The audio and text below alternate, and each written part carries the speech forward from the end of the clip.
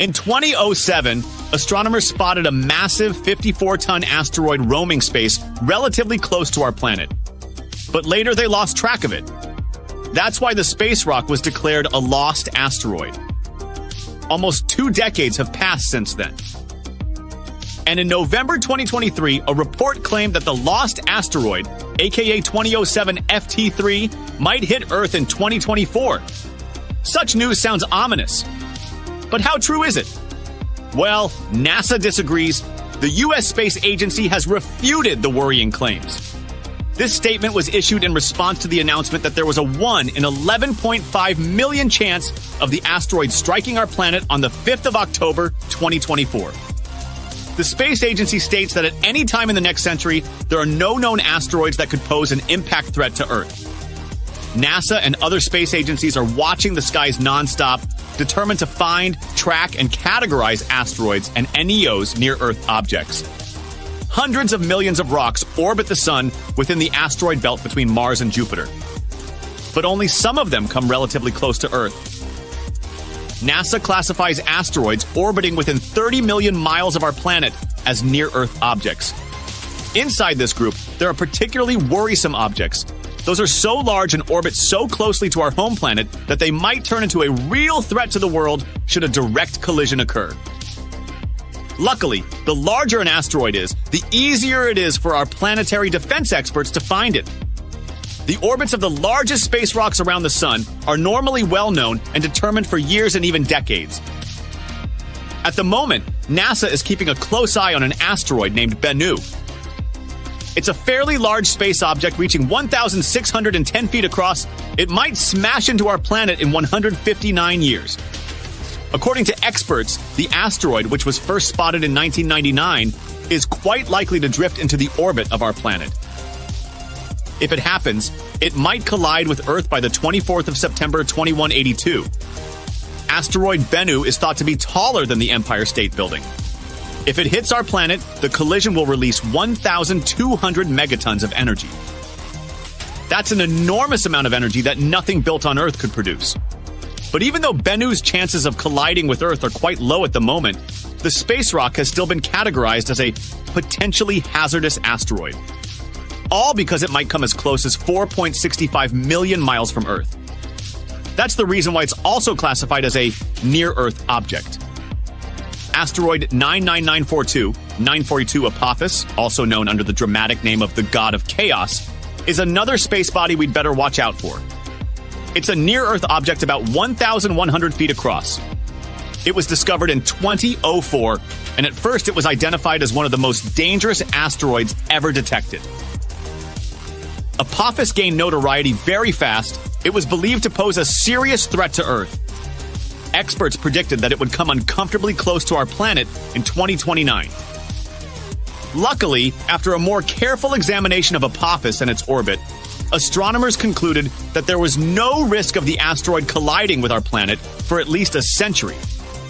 The risk of an impact in 2029 was ruled out completely, as well as the potential impact that could be caused by the asteroid's close approach in 2036. Interestingly, until March 2021, there was still a small chance of a collision in 2068. But then, Apophis made a flyby of Earth, and astronomers took this chance to use powerful radars to estimate the asteroid's orbit around the Sun more precisely.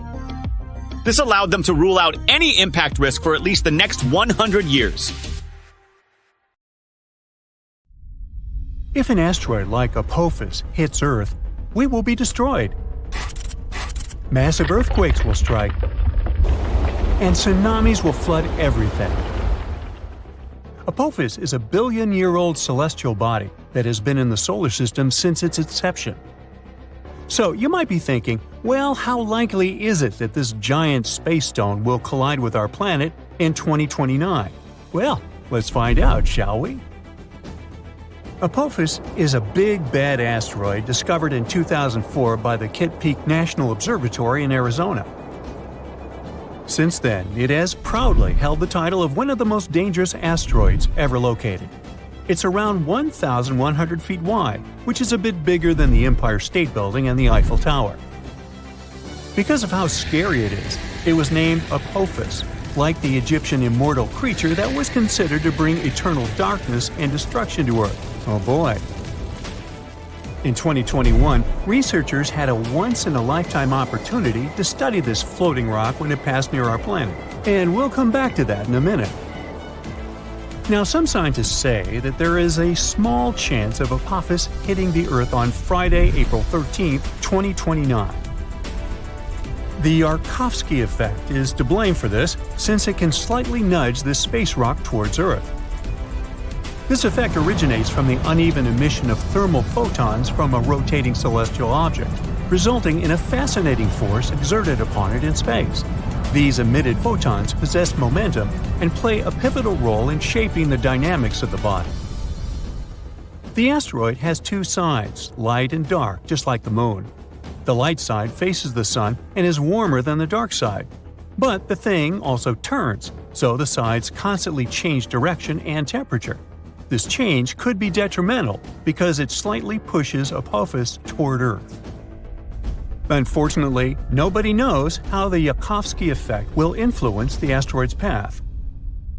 On the other hand, on the asteroid's last flyby of Earth in 2021, astronomers used radar to take accurate measurements of its trajectory and confidently concluded Apophis will safely miss Earth in 2029 by about 20,000 miles and won't bother us again for at least 100 years. Now, generally speaking, every 8,000 years, our planet is hit by a falling star that has similar dimensions to those of Apophis. The last time we were hit by a slightly smaller meteor was in 2013. A new spacecraft developed by NASA called the Osiris-Rex was launched in 2016 to collect samples from another slightly less terrifying celestial body called Bennu. 4 years later, it finally arrived at the thing, got some samples, quickly said goodbye to Bennu, and started traveling back towards Earth. The samples were safely stored in a capsule dropped in Utah. So far, this has been the most significant sample ever taken from an asteroid. After the delivery, the spacecraft didn't waste any time and started chasing Apophis. Now, Osiris-Rex has been renamed to Osiris-Apex and is currently playing tag with Apophis.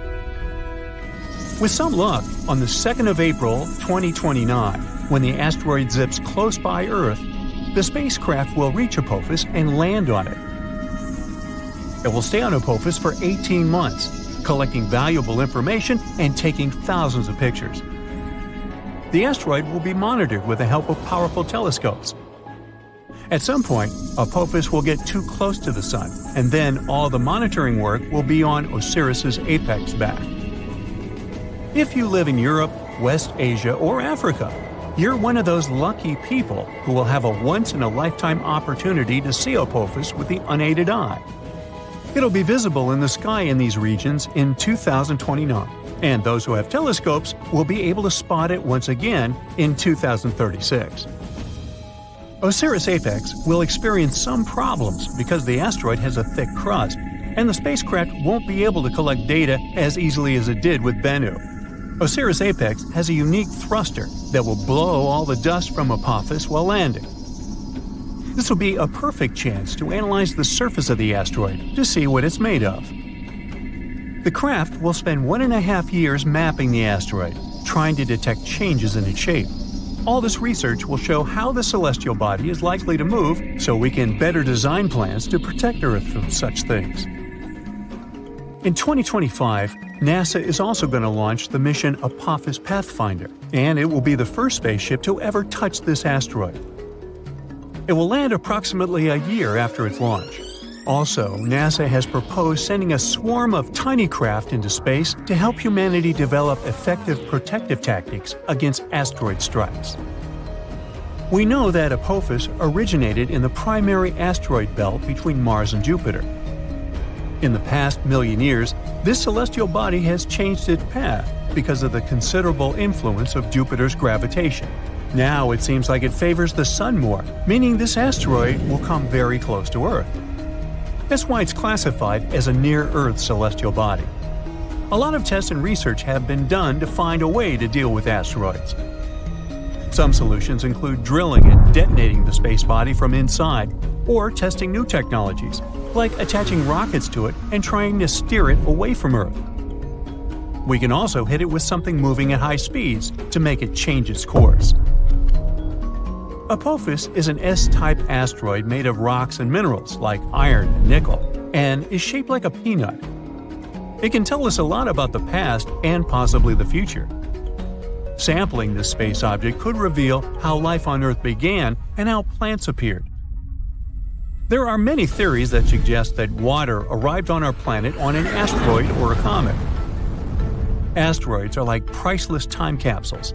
Unlike rocks on Earth, which have undergone thousands of changes, like erosion, most celestial bodies are still intact and much easier to study. When meteors fall on Earth, they get covered in debris that's impossible to clean.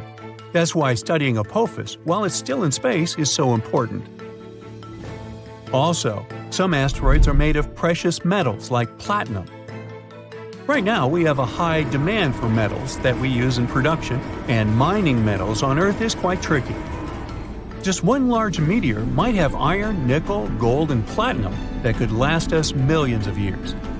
If Apophis has this amount of metals, well, we'd want to break it down and bring it back to Earth. One space rock could be worth quadrillions of dollars, making space mining highly profitable. And still, it would cost us more to get it back to Earth than to dig up these materials here. As technology progresses and new kinds of rockets are developed, this might become possible at some point. So, even though we're safe for the next 100 years from Apophis, you probably still want to see what would happen if something like it did impact. Come on, sure you do. Well, first let me tell you, you'll hear the sound of the collision and know what's happened even if you're miles away. You should leave your house or apartment immediately. Shortly after the impact, massive earthquakes will strike, and many tall buildings will fall. So, staying away from cities might be your best option if you have a choice. But don't escape by car. There will be massive traffic jams, and everyone will panic. Going on foot or by bike is your best option in this scenario. A prime way of transportation will be traveling by plane, so if you've always wanted to get that pilot license, now you've got a good excuse. If you have time, take along extra snacks and water, and an extra pair of socks. It's nice to live by the ocean or the sea, but in this scenario, it's the worst place to be, because giant tsunami waves will hit coastlines after the impact. If you live far away from the impact area, the tsunami might take 30 hours to arrive. You'll have a bit of time to prepare. Imagine flying in a spacecraft in a cloud of asteroids at high speed. You dodge one more, and then hit the gas pedal to the floor and crash into an asteroid at full speed on purpose. This is exactly what NASA is going to do in the near future. The entire mission will begin at Vandenberg Air Force Base in California on November 24th. Let's follow it step by step. So, the Falcon 9 booster rocket is already on the launch pad. It's as tall as a 22-story building, or 11 giraffes, and it can get about 8 tons of cargo into orbit. So you could send a big elephant into space, and a supply of food for it. Countdown, 3, 2, 1, ignition! Smoke clouds everywhere, and the rocket begins to gain altitude. 9 engines are working at full power to accelerate the rocket. At its peak, it reaches speeds 10 times faster than the speed of sound. And then, the rocket engines shut down, and the rocket's first stage undocks to return to Earth. A couple of seconds later, the second stage receives the ignition command. It turns on its one engine and climbs even higher to orbit. The cargo capsule then opens and releases the DART spacecraft. DART stands for Double Asteroid Redirection Test. Once released, the spaceship deploys 2 large solar panels. It'll convert solar energy into electrical energy to power a revolutionary ion engine. Conventional engines create thrust by burning tons of fuel and ejecting it outward. The rocket itself is essentially pushing off the emitted gases. The ion engine will not burn fuel. It'll use a strong electric field to accelerate the ionized gas. Like conventional rockets, it'll eject this gas and create thrust by repelling it. And though the ion engine produces less thrust, it can accelerate the spacecraft to higher speeds. So regular rocket engines have an excellent performance on the road. They push the pedal to the metal, burning a bunch of fuel, while the ion engine slowly accelerates. But when a conventional rocket needs to make a refueling stop, the ion spacecraft will whiz past the regular one at insane speeds. So the DART spacecraft begins its year-long journey. By comparison, a flight to Mars would take about 7 months. Fast forward 1 year ahead, and we've arrived. This is the asteroid Didymos. The far point of its orbit is 2 astronomical units from our star. That's 2 Earth-Sun distances. At this point, the Sun begins to pull the asteroid back, and then it approaches the closest point to the star, 1 Earth-Sun distance. That is, its orbit lies very close to the orbit of our planet. Didymos made its closest approach to Earth at a distance of about 4.8 million miles. That's 20 times farther than the Moon's orbit. It takes 770 days to complete one such revolution around the Sun. So, Didymos is not considered a hazardous asteroid, but in the future, it'll approach the Earth even closer, and the consequences of a collision with it could be catastrophic, given its size. It's bigger than 2 Empire State Buildings, and it rotates at a rate of 1 revolution in 2 hours and 15 minutes, so it has a tremendous amount of energy. Plus, it has an asteroid companion. It's a small pebble 520 feet wide. It's like 12 school buses or 10 train cars. Its orbital period, that is, the time it takes the pebble to make a complete circle around the asteroid, is about 11.9 hours. NASA believes that asteroids up to 80 feet wide are likely to burn up completely in our atmosphere due to friction with the air, so they're not hazardous. Asteroids between 80 feet and half a mile in size will not burn completely and could cause severe damage. And asteroids over half a mile have the potential to wipe out large cities or even entire states. In that sense, we can consider Didymos potentially hazardous. So we're going to test one way of defending against asteroids on it: kinetic impact. That's why we sent DART here. So our spacecraft is going to hit an asteroid, only not its main body, but its little companion. DART is already moving toward it at about 4 miles per second. At that speed, a trip from New York to Washington, D.C. would take less than a minute, and a trip across the United States from coast to coast would take about 10 minutes. DART is getting close. 3 seconds to impact. 2, 1, BAM! The spacecraft crashes into the asteroid at full speed. What are your predictions? Asteroid explodes and is blown to pieces? Or asteroid flies off the main body into space like a billiard ball? Well, scientists predict that this collision will reduce the speed of this small asteroid by a fraction of a percent, but it'll still be enough to reduce its orbital period by a few minutes.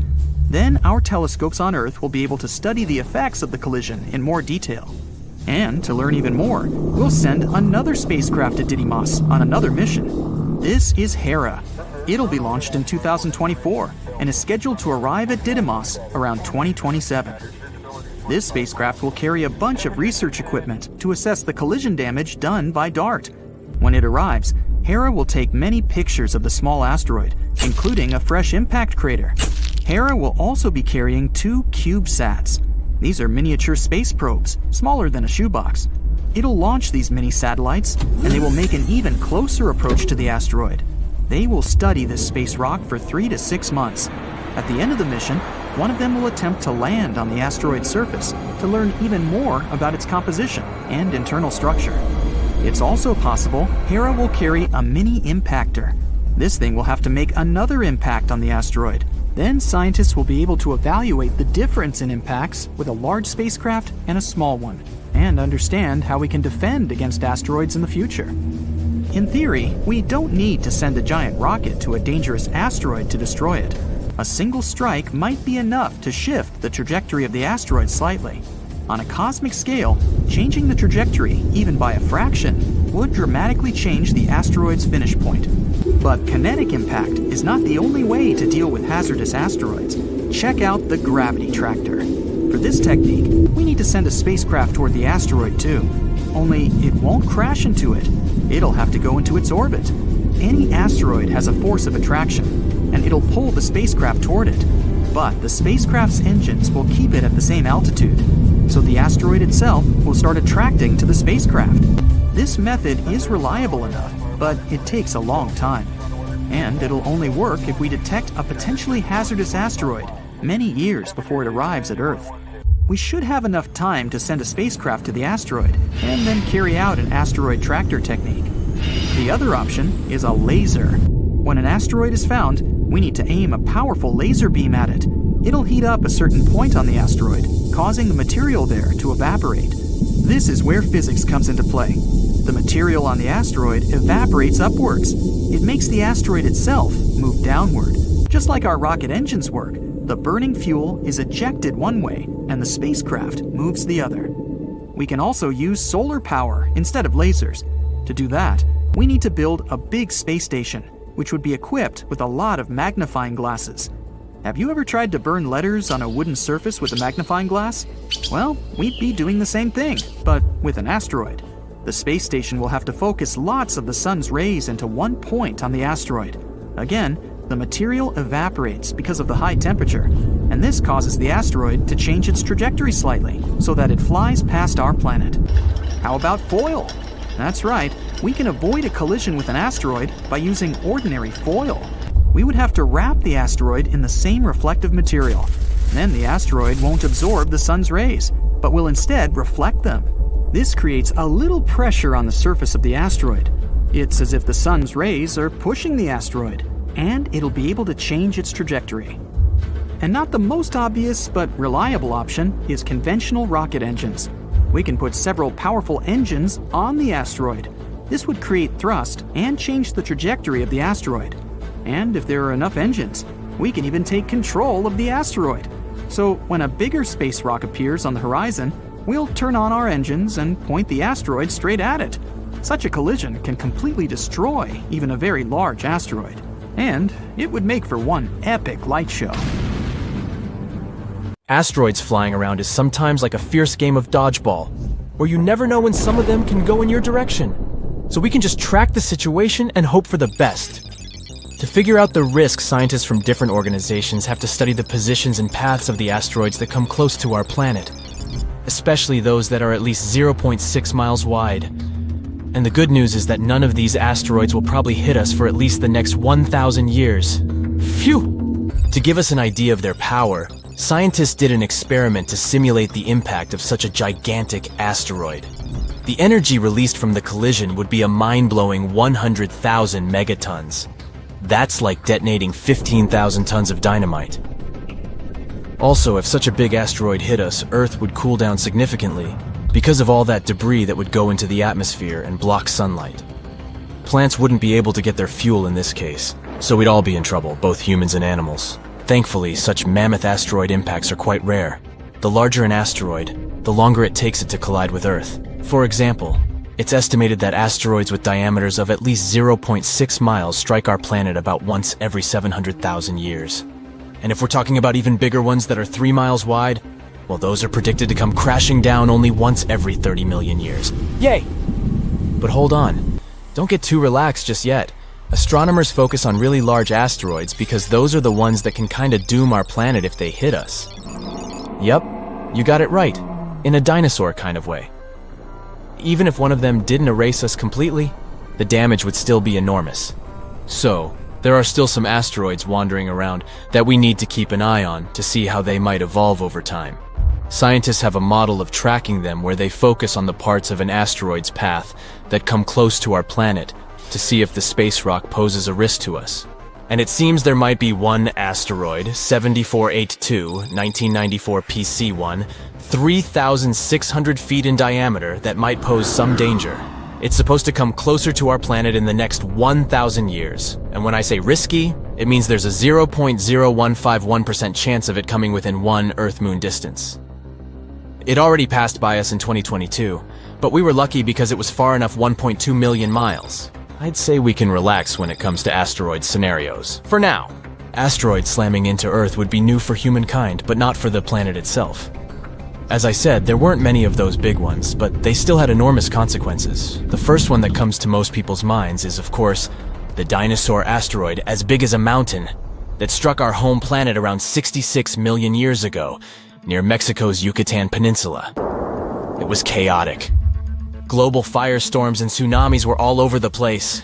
Dust was blocking out the sun, and vaporized rock released sulfur, which then led to acid rain and the acidification of the oceans. But there was an even bigger fella that came before that one. Around 2 billion years ago, a gigantic asteroid crashed into our planet and left a massive crater in South Africa.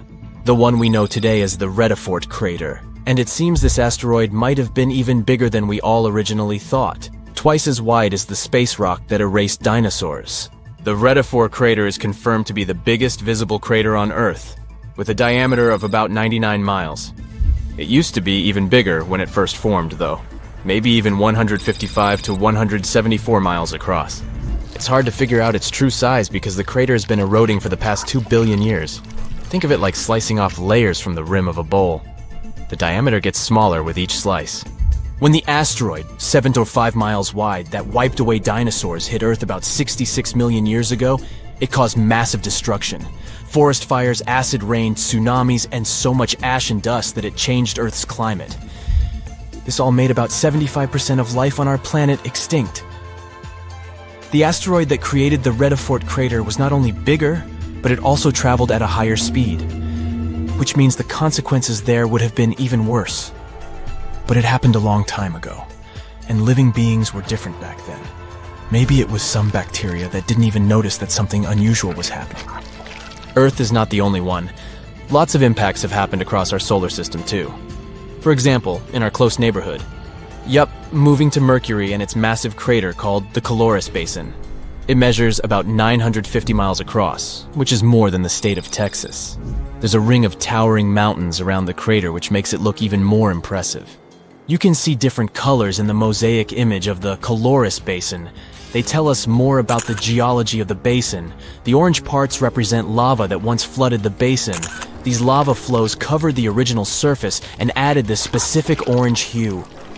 And after the lava flooded the basin on Mercury, smaller craters formed on top of the lava surface. These craters dug into the ground and uncovered the material hidden beneath the lava. Some of this material is blue in color. And this blue stuff could be a clue about what the original floor of the basin had looked like before the lava covered it. Venus, the hottest planet in our solar system, has a thick atmosphere that comes with a pretty good defense system against space rocks. It's so dense that it burns up most meteors before they even reach its surface. As a result, you won't see as many visible craters on Venus as on other rocky planets in our solar system. But Venus still has some scars that can tell us about some serious impacts that happened there. And one of the biggest scars we know about is Meade Crater. It's enormous, about 170 miles in diameter. The inner floor of this crater is relatively flat and kind of brighter than its surroundings. It's possible that the crater ended up filled with a mixture of melted rock after the impact, and maybe even lava from volcanic activity on Venus. Want to get an idea of what Earth might look like without its protective layer called atmosphere? Just take a look at the moon. Its surface is littered with impact craters. This Tycho is one of the craters you'll easily notice on the moon.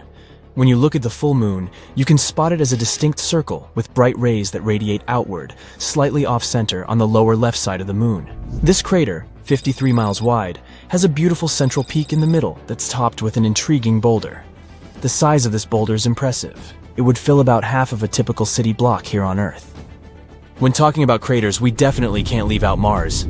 The red planet has a much thinner atmosphere than Earth. When spacecraft approach Mars, they rely on the planet's atmosphere to slow them down as they enter it. And indeed, the atmosphere helps slow spacecraft down during landing. But it's still not thick enough to completely protect Mars from all those space rocks that are coming all the time. From July to September 2018, a dark spot appeared on the southern pole of Mars.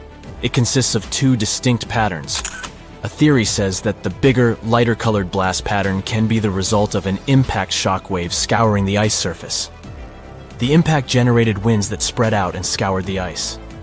The inner blast pattern, which is darker in color, occurred because the impacting object managed to penetrate the thin ice layer.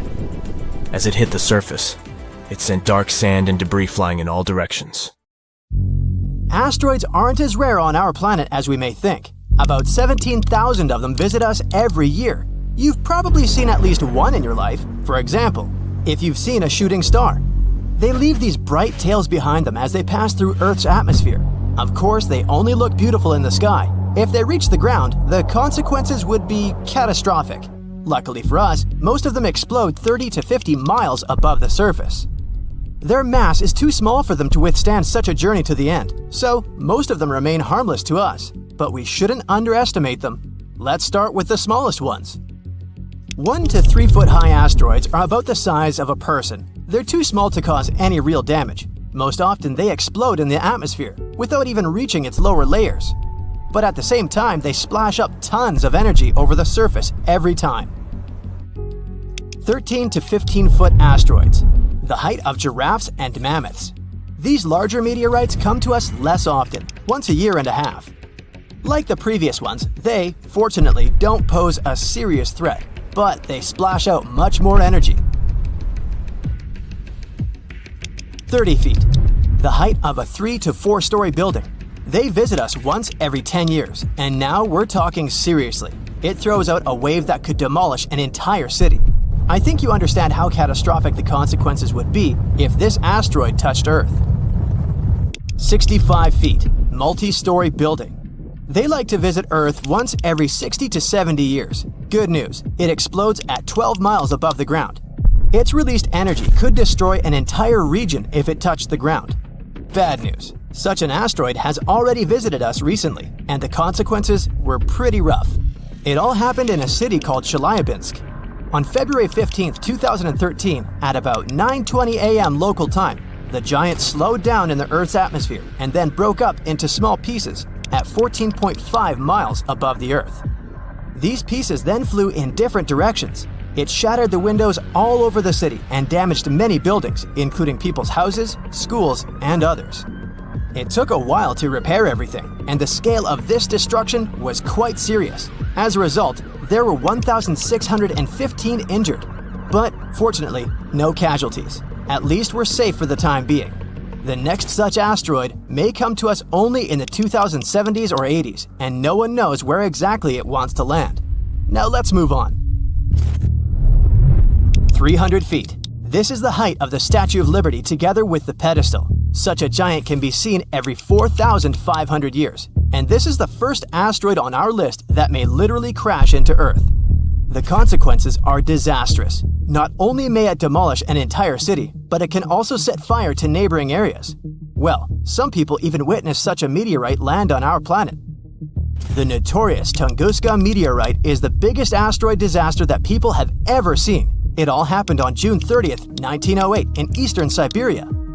The meteorite was bright, like a second sun, and people felt the heat wave when it just approached the Earth. It exploded near the river. Fortunately, the whole area was surrounded by taiga, and there were no big cities nearby. But even there, it immediately destroyed a lot of trees. Serious forest fires broke out. The sound of the explosion was heard by people hundreds of miles around. At tens of miles around, all the houses' windows broke. The magnetic storm that resulted from this collision lasted 5 hours. The consequences were truly disastrous, but perhaps this is not the worst thing that awaits humankind. 99942 Apophis, 1,215 feet. It's slightly bigger than the Eiffel Tower. This meteorite, as scientists discovered in 2013, will be our next guest. Collisions of such force occur in about 100,000 years, and this one is gradually approaching. The force of such an explosion is equal to the force of the catastrophic eruption of the Krakatoa volcano in 1883.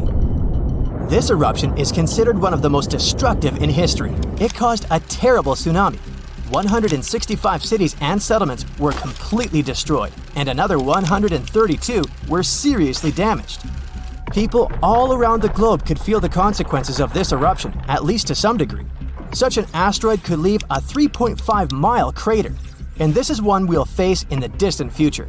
But calm down, no need to panic yet. By 2070, the meteorite will be almost 174 million miles away from us. It still has a very long journey ahead of it, so we're safe for at least 100 years, or even more. Besides, our planet has survived something even worse. 3,280 feet. This is higher than the tallest tower in the world, the Dubai Burj Khalifa Tower. Such collisions occur once every 500,000 years. We're not sure when such a collision occurred the last time. 70% of our planet is covered with water. If such meteorites fell into the ocean, it would be extremely difficult to find their traces. But we can assume the possible consequences. The wave would have swept across the entire hemisphere. The crater would be about 9 miles in diameter, and that would be a complete disaster. The last event of such a force happened 26 to 28 million years ago. It was an eruption of the supervolcano La Garita, which is located in the southwest of Colorado, USA. It was one of the most powerful known supervolcanic phenomena in history. During this monstrous eruption, a significant part of the current state of Colorado was destroyed. Scientists are still not sure how far the ashes have spread, but there was an even bigger meteorite in the history of mankind. The consequences of that impact were irreversible for an entire species of animals. I think you know what I'm talking about. Chicxulub meteorite, the thing that wiped the dinosaurs off the face of the Earth. This happened about 66 million years ago. These collisions in general happen about every 500 million years. The height of the Chicxulub meteorite was 12.4 miles. It's so high that when it touched the ground, it could reach the stratosphere. Even looking at the 124-mile diameter crater left by this meteorite, you can understand how huge it was. When it collided with the Earth, millions of tons of energy were released. This is an unimaginable disaster. It fell at a very steep angle, creating a giant cloud of dust and chemicals that spread around the world. This dust had a very thin layer, but also a mass of 50 trillion tons. The shockwave swept across the entire planet. It caused several earthquakes. Volcanoes began to erupt actively. Forest fires broke out everywhere, all over the world. The amount of soot and carbon dioxide released into the atmosphere is invaluable. The Earth was closed from the sun for several days. Darkness reigned all over the planet. Planets couldn't produce enough oxygen, so there was nothing to breathe. The temperature on the continents and in the oceans dropped by an average of 50 to 90 degrees Fahrenheit. Sounds horrific, doesn't it? And of course, it caused one of the greatest extinctions in the history of the Earth's biosphere. Amazingly, the Earth was able to recover after such a catastrophe. This event became the boundary between the Mesozoic and the Cenozoic eras. So now, those who wondered, how could a small meteorite destroy all the dinosaurs, probably understand the answer.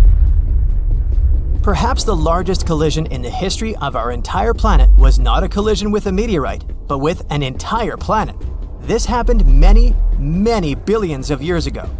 Theia, as this hypothetical dwarf planet was called, crashed into our Earth, releasing an incommensurable amount of energy, just quadrillions of fuel. The Earth then instantly turned into a giant fire, and it was this collision that led to the creation of the Moon. All that sounds terrifying, I know, so let's just hope that you and I will never see anything like this. We're flying past the planets of our solar system. We pass by Mars, Jupiter, Saturn, Uranus, and Neptune. Then we move through dark space beyond the edge of our world. We've reached our destination. It's the Oort cloud. It's a hypothetical region around the solar system that holds tons of asteroids and blocks of ice. It's likely to be where the largest comet in human history was born. And now, it's heading toward the sun. Bernardinelli-Bernstein was discovered totally by accident during the Dark Energy Survey. Our telescopes were pointed at distant space. Their main goal was to learn more about how the universe was expanding. Astronomers also wanted to make a more detailed map of the observable universe. Scientists analyzed over 80,000 images and found a moving object. It was alarmingly close to our home planet. Its size was an impressive 62 miles. That's about the width of Lake Michigan. It was an already active comet with a long tail. Usually, comets get a tail when they come close to the sun. The heat from the star warms the comet's surface, and light materials, like ice, begin to evaporate. This forms a cloud of steam and dust that stretches far beyond the comet. But Bernardinelli-Bernstein is too far away from the sun to start heating up. This means that its surface has a different composition. It might be solid carbon monoxide. This increases the luminosity of the comet. That's why it can be observed with telescopes on Earth. We can compare Bernardinelli-Bernstein to the largest meteorite to ever fall on Earth. About 66 million years ago, our planet was hit by a meteorite about 6 miles wide. At that time, the blast wave from the collision went around Earth several times. Tsunami waves caused by the impact were taller than the largest skyscrapers, and the energy from the explosion set huge areas on fire. Almost all living creatures, including dinosaurs and ancient fish, ceased to exist. The meteorite left a crater 3 times the size of Manhattan. The place where it fell was rich in sulfur. This substance evaporated because of the abnormal heat and gathered into massive clouds. This caused acid rains that were falling on Earth for several more weeks. Our newly discovered comet is 10 times bigger. If it were flying toward Earth, you'd see it with the unaided eye long before the impact. It looked like a moving star in the night sky. A few days before the comet reached our planet, you'd see it even during the day. You'd be able to distinguish its long tail, too. When the comet entered the atmosphere, it produced a booming sound so loud you'd hear it on the other side of Earth. At this point, the comet would begin to heat up because of friction with the air. It'd start burning. Countless pieces of debris would break away from the main body of the meteorite and fall to Earth. As soon as Bernardinelli-Bernstein touched the surface of the planet, we'd see a flash so bright it'd outshine the sun. In a fraction of a second, a colossal amount of energy would be converted into heat. This would create the most powerful explosion in the history of our planet. It'd literally rip out chunks of ground and throw them into the air. The blast wave would incinerate everything within a few hundred miles. It continued to spread in different directions, breaking and bending trees. At one point, it reached snow-capped mountains and trigger huge avalanches that would cover many villages. The blast wave would go around the planet, shattering glass and buildings on all continents. Tsunami waves would be so high they would cover entire coastal cities. The most powerful earthquake in history would break the ground and create deep cracks. After the impact, billions of tons of dust and ash would rise into the air. A giant black cloud would completely block the sun's rays. Earth would be plunged into darkness. All the debris in the air would start melting. They'd turn into liquid lava and fall back to the surface, causing even more damage. The ash and dust in the air would cover the sun for several more months. During this time, the temperature on Earth would drop by several degrees. Even if they were hiding in deep shelters and bunkers, people, as well as all other living organisms on the planet, would be unlikely to survive this event. Fortunately, Bernardinelli-Bernstein isn't going to approach Earth. Right now, the comet is about 20 astronomical units away from the Sun. That's 20 times the distance from Earth to the Sun. It means the comet will soon cross the orbit of Uranus. In 2031, it'll be 11 astronomical units away from our star. That's just outside Saturn's orbit. This is going to be the closest Bernardinelli-Bernstein will approach the Sun. Then it will begin its flight back to the edge of the solar system. But the comet is bound to return again. It'll move away from the Sun and slow down until the star's gravity pulls it back. Then the comet will make another circle around our solar system, but that will take about 3 million years. Right now, we have other meteorites to worry about. For example, 3200 Phaethon. It crosses the orbits of Mars, Earth, Venus, and Mercury. Then it goes around the Sun and comes back. This cycle takes about 523 days. Then it starts over again. This meteorite is considered potentially hazardous because it crosses Earth's orbit at 7.5 Earth-Moon distances. During one of its last approaches to Earth, this 3.6-mile wide block of rock showered our planet with small meteors. Since the asteroid often passes by the Sun, its surface is most likely to look like the dry bottom of a mud swamp. It's covered in scales and cracks. As it flies past Earth, these scales break off and cause meteor showers. But the largest, potentially hazardous asteroid is the 1999 JM8. It's about the size of 77 soccer fields. It passes by Earth at 9 lunar distances. Its closest approach to our planet will happen in August 2137. If such a meteorite were to hit Earth, an entire continent could be wiped out. The rest of the world would experience massive tsunamis, but would survive the event. So naturally, scientists are thinking of ways to protect the planet from such a disaster. The first solution is a controlled Big Bang. One of the laws of physics says that if you apply some force in one direction, it'll cause a reaction in the opposite direction. So if we spot an asteroid that is about to collide with Earth, we'll need to send a rocket toward it. This way, we'll produce a controlled explosion, not inside, but right above its surface. The blast will be directed upward, and the asteroid will shift downward.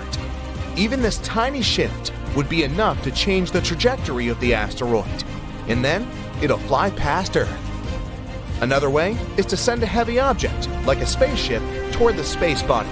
Every heavy object has its own gravity, so the spacecraft will have to fly close to the asteroid, which will attract the ship to its surface, but the engines of the spacecraft will resist. The ship will start pulling the asteroid in the opposite direction. This will change the trajectory of the asteroid, and our planet will remain intact. We can also ram the asteroid with the spaceship. Bang!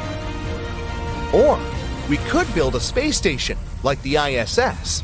It would be equipped with a bunch of huge magnifying lenses. We would send the station closer to the sun and start looking for potentially hazardous asteroids. Then, we'd point all the lenses so that the sun's rays would focus on the giant rock. The heat would begin to vaporize the matter from the asteroid's surface. That's where physics would come into play again. The matter would evaporate upward, and the asteroid would move downward. We could also wrap the asteroid in a reflective film, something like foil. Usually, space bodies absorb most of the sun's rays, but if the asteroid was covered in foil, the rays would bounce off its surface. This would create a weak pushing force. That should be enough to avoid the collision. Of course, we could attach rocket engines to the asteroid. This way, we would be able to not only change its trajectory, but also control it. But that would depend on the size of the asteroid and the number of engines. And then, we could use this massive rock to ram it into other, larger asteroids.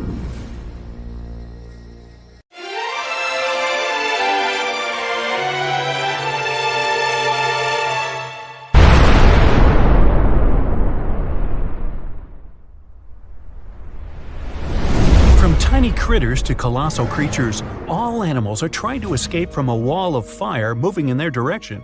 The temperature is rising, and everything around starts catching fire. Soon, lots of animals and plants on Earth will cease to exist. This is the aftermath of a giant asteroid crashing into our planet. But what if dinosaurs had had critical thinking skills? They could have guessed what was going to happen, because this asteroid was visible a year before the impact. 1 year before the impact. With no city lights, all bright spots in the sky are stars. Some of them are planets reflecting the light coming from the sun, like Mars. But one of these dots is the asteroid. Later, it's going to be known as Chicxulub impactor. It got this name because of the region of modern-day Mexico where it fell. Anyway, at this point, the asteroid looks like a star. It has the same brightness as Neptune.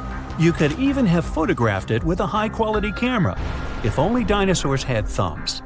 The impactor is now passing through Jupiter's orbit. From this distance, Earth looks like a pale blue dot. 1 month before impact. The asteroid has become much brighter. It's now the most brilliant spot in the night sky after the Moon. The asteroid crosses the orbit of Mars. Its tail, consisting of dust and gas, is getting longer and longer. It's now as long as 2 times the distance from Earth to the Moon. 1 week before the impact. The intruder's tail is now 5 times the distance from the Earth to the Moon, but the dinosaurs can't appreciate its beauty. To them, it's just another bright dot in the night sky. If this asteroid were flying toward Earth right now, scientists could pinpoint the exact location of its impact within a mile. Then we would evacuate people from the impact area and avoid a major catastrophe. 1 day before the impact. The Chicxulub impactor now holds first place among the brightest objects in the sky. The light surrounding it, called a halo, seems even bigger than the Moon itself. The asteroid is now passing through the Moon's orbit. It looks like a bright spot that leaves an ashy trail behind it. 1 hour before the impact. The light from the Chicxulub impactor is brighter than the full Moon, and its movement can be seen with the unaided eye. Nights on Earth aren't dark anymore. Only now, dinosaurs begin to feel anxious. All animals on Earth start to seek shelter. 10 minutes before the impact. The asteroid is now passing through Earth's orbit. Thousands of small fragments from its tail begin to fall on the planet. It looks like a meteor shower. So far, these fragments are too small. They all burn up in the atmosphere before reaching the surface of the planet. The asteroid is approaching South America. If someone was looking at it from Europe, it looked like a sunset. The bright dot of the Chicxulub impactor is falling behind the horizon. 2 minutes before the impact. Dinosaurs can now easily see the asteroid shape. If they knew how to do it, they could even estimate its size. It's a bit more than 6 miles across, which means it's almost the size of Manhattan Island, and the giant's weight is 15 plus 15 zeros pounds. It's flying toward the Yucatan Peninsula at a mind-boggling 7.5 miles per second. At that speed, you could get from New York to Los Angeles in around 10 minutes, but you'd kind of burn up on the way. 10 seconds before the impact. The Chicxulub impactor is now approaching the ground. A few more feet and bam! The night sky suddenly turns white. The flash is so bright that the sun isn't visible at this point. The asteroid's entry causes a powerful blast that can be heard on the other side of the world. The huge asteroid begins to burn because of friction with the air. It heats up and splits into many pieces. These pieces shower on Earth. After a few seconds, the largest part of the meteorite hits the ground. Its mass and speed provide the Chicxulub impactor with an enormous amount of energy. In the next moment, a super powerful explosion shakes the ground. The blast wave from the meteorite begins to spread out from the impact site. It rips out huge chunks of soil and trees and then pushes them to the ground like dominoes. The temperature of the blast wave is so high that everything around the impact site catches fire. The energy released during the collision also penetrates deep into the planet. This causes the strongest earthquakes in our planet's history. They in turn generate tsunami waves as high as the Empire State Building. 5 minutes after the impact, the meteorite leaves behind a huge crater. It's as wide as Lake Huron and deep enough to fit inside 2.5 Mount Everests. Dinosaurs are running around in panic. They try to evacuate toward North America, but most of them don't make it through unfamiliar swampy territories. Another danger is the ongoing meteor shower. Hundreds of tons of ash and debris rise into the air. Heated up by high temperatures, they fall to Earth in the form of liquid lava. Ash and smoke fill the atmosphere and block the sun's rays. Earth plunges into darkness. For several more weeks, our planet will be totally dark. Acid rains will fall on its surface non-stop. There was a lot of sulfur in underground deposits on the Yucatan Peninsula. The energy of the explosion evaporated all this sulfur. Now it's cooling in the air, gathering in clouds, and dripping to the ground. Most animals survive the impact, but the mass extinction continues for many more months. The collision has plunged Earth into darkness, and this has wiped out most of the plants that fed on sunlight. The plant-eating dinosaurs have lost their main food source and begin to disappear. But plant-eating dinosaurs are the main diet of meat-eaters, and now dinosaurs like T-Rex have nothing to eat. Soon, they go extinct too. In other words, it wasn't a meteorite that wiped out dinosaurs, but hunger and climate change. Meteorites of this size fall once every 100 million years. It means that such an event might happen again. Will humans manage to survive this disaster? These days, we can look out far into space, and the appearance of an asteroid the size of the Chicxulub impactor won't be a surprise to astronomers. In general, asteroids that are more than 460 feet across are considered potentially dangerous. Anyway, if we know about the approaching space body, we'll be able to build shelters filled with food and water supplies. Once the asteroid is close enough, we can wait for the impact and its consequences inside. But when people come back to the surface, they'll see cities and towns torn down. Our planet will look like a lifeless desert. That's why we need another alternative, which is to prevent the impact. Here, we have many options depending on the size and material of the asteroid. According to NASA, the most effective way is a kinetic ramp. We'll need to send a fairly large and heavy object, such as a spaceship, into space. When it approaches the asteroid, scientists will choose the perfect trajectory, and the ship will crash into the space body. A powerful collision will change the asteroid's course, making it fly past Earth. The further the space body is from our planet, the easier it'll be to send it away. Another option is a controlled explosion on the surface of the asteroid. Newton's first law of motion will help us here. It says if a body is moving at a constant speed in a straight line, it will keep moving that way unless it is acted upon by a force. So, if we make a big enough explosion or force, the asteroid will shift its trajectory. How much it moves depends on the amount of force applied to it. We can also blast the asteroid right from inside. In this case, there will be no need to change its trajectory. Instead, we'll try to turn one huge hunk of rock into a bunch of smaller fragments. They will burn up in the atmosphere and do no harm to our planet. Another way is a gravity tug. Every heavy object has its own gravitational force and gravitational field. Our goal will be to send a spacecraft to the asteroid and make it fly close to the intruder.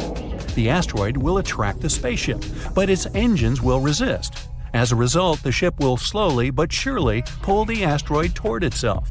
This method will take much longer, but gradually, the trajectory of the asteroid will change and it won't crash into Earth. Hopefully. We can also use solar power. We can build a spaceship with a system of giant magnifying lenses. Then we'll send that station closer to the Sun.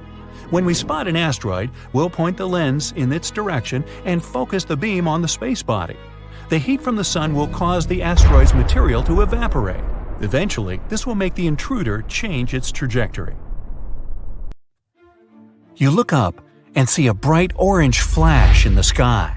A bit later, you hear a boom so loud the window panes around you burst into pieces. And then you see it. A giant piece of space rock burning high above your head, heading for Earth. When it touches the surface, the explosion leaves behind an enormous crater.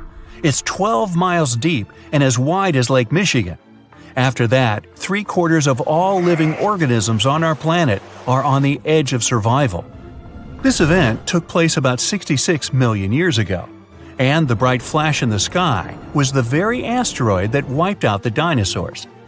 These days, people have many ways to protect themselves, like we could hide in bunkers deep underground and survive. Such bunkers would already come in handy since there are many asteroids in the sky, and some of them are just waiting for their ticket to Earth to wreak some havoc. For example, the asteroid 1990 MU. In 2027, it'll come alarmingly close to our planet.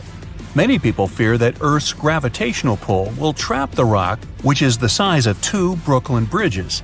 In this case, it'll start to move closer and eventually crash into the planet's surface. Such an impact would cause a shock wave that would be felt on other continents. Once the asteroid hit the ground, there would be an explosion. It'd be so bright, people would think a new sun appeared right here on Earth. The collision would release a huge amount of energy that would then turn into heat. Everything around the impact site would catch fire.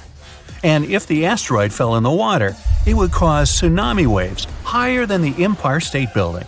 Many coastal cities would be flooded. The dust that would rise after the explosion would cover the sun. The world would be plunged into darkness.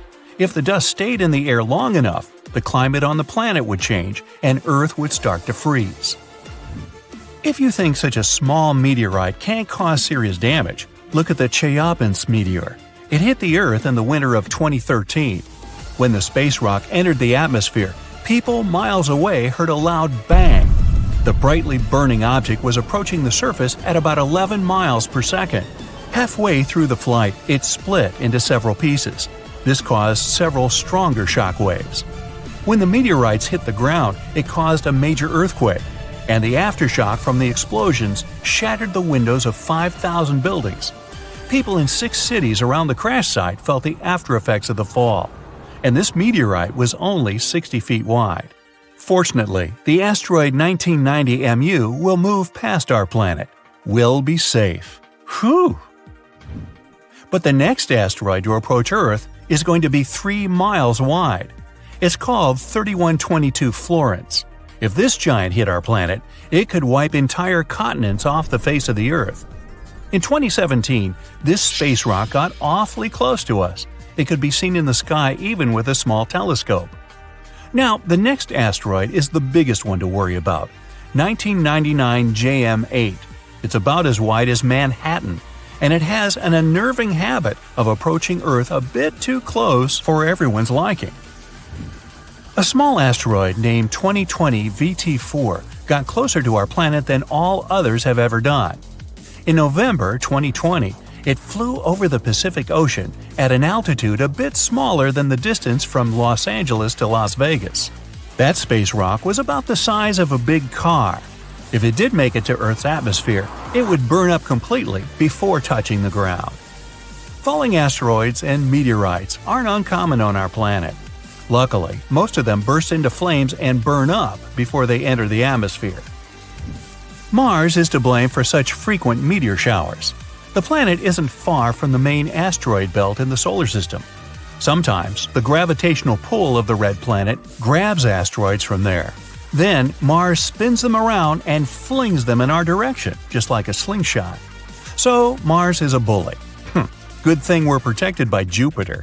It's the largest planet in our solar system, and it has an incredibly strong gravitational field. It keeps the asteroid belt in line and protects us from being constantly hit by a rain of meteorites. And that's good news, considering Ceres is in the asteroid belt. This enormous space rock is so big that it was once considered to be a planet.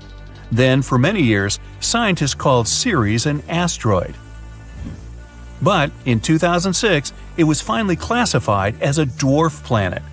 This space object contains a third of the total mass of the asteroid belt, which is about 4% of the Moon's mass. If Earth were as large as a nickel, Ceres would be about the size of a poppy seed. So, what if an asteroid several miles across was heading toward our planet and people had to stop it? Well, we could break the space rock into smaller pieces. A massive explosion could be used to do this. People wouldn't even need to land on the giant asteroid. Getting close to its surface would be enough. Boom! A powerful burst of energy would split the asteroid into several large pieces and tons of debris. The smallest rocks would burn in the heat released in the blast, and it would also change the asteroid's trajectory.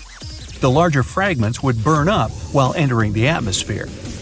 All witnesses of this unusual meteor shower would have a chance to admire a beautiful fire show. Another means of protection could be a kinetic battering ram. Simply put, it would be a huge object that people would send towards the asteroid approaching Earth. Or it could be a heavy spaceship.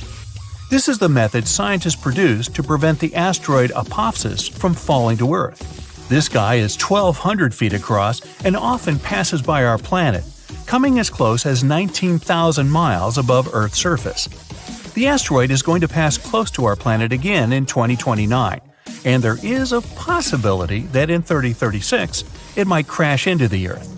If it happened, the explosion would leave a crater more than 3 miles across. Within 6 miles of the impact zone, all buildings and subway tunnels would be crushed or severely damaged. The event would also trigger a powerful earthquake.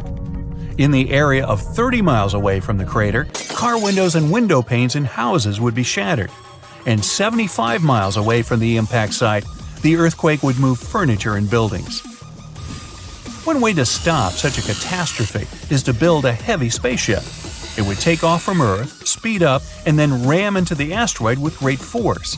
This impact would alter the course of the huge space rock, and it would fly past our planet. We could also try to stop the asteroid by wrapping it in foil. This would make its surface reflective, and then solar pressure might gradually change the asteroid's trajectory.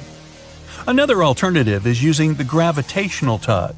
In this case, we would send an unmanned spaceship, large and heavy, toward the asteroid. It would fly over the space rock and slowly draw the thing closer with its gravitational pull. A small change, of course, would be enough to make the asteroid fly past our planet. Another way to protect Earth would be to build a system of giant lenses in space. Perhaps you've tried focusing sunlight with eyeglass lenses. Then you know how hot this sunlight can get. Now imagine having many giant lenses that are all directed at one point. Scientists think that focusing such a powerful beam of light on the asteroid would make the rock melt and evaporate, slowly changing its route. And one more way to protect ourselves from the asteroid would be to install several rocket engines on its surface. It would turn the space object into a rocket, and we could set its course from Earth. Rogue stars pose a much bigger danger. Like asteroids, they fly through space and can collide with anything in their path. The problem is that they have a gigantic mass, sometimes comparable to our Sun's. Around 70,000 years ago, a duo of rogue stars whooshed past the Sun. It didn't affect Earth, but caused some disturbance on the outskirts of the solar system. This event is likely to happen again someday. The rogue star Gliese 710, about half the mass of our Sun, is moving toward our solar system right now.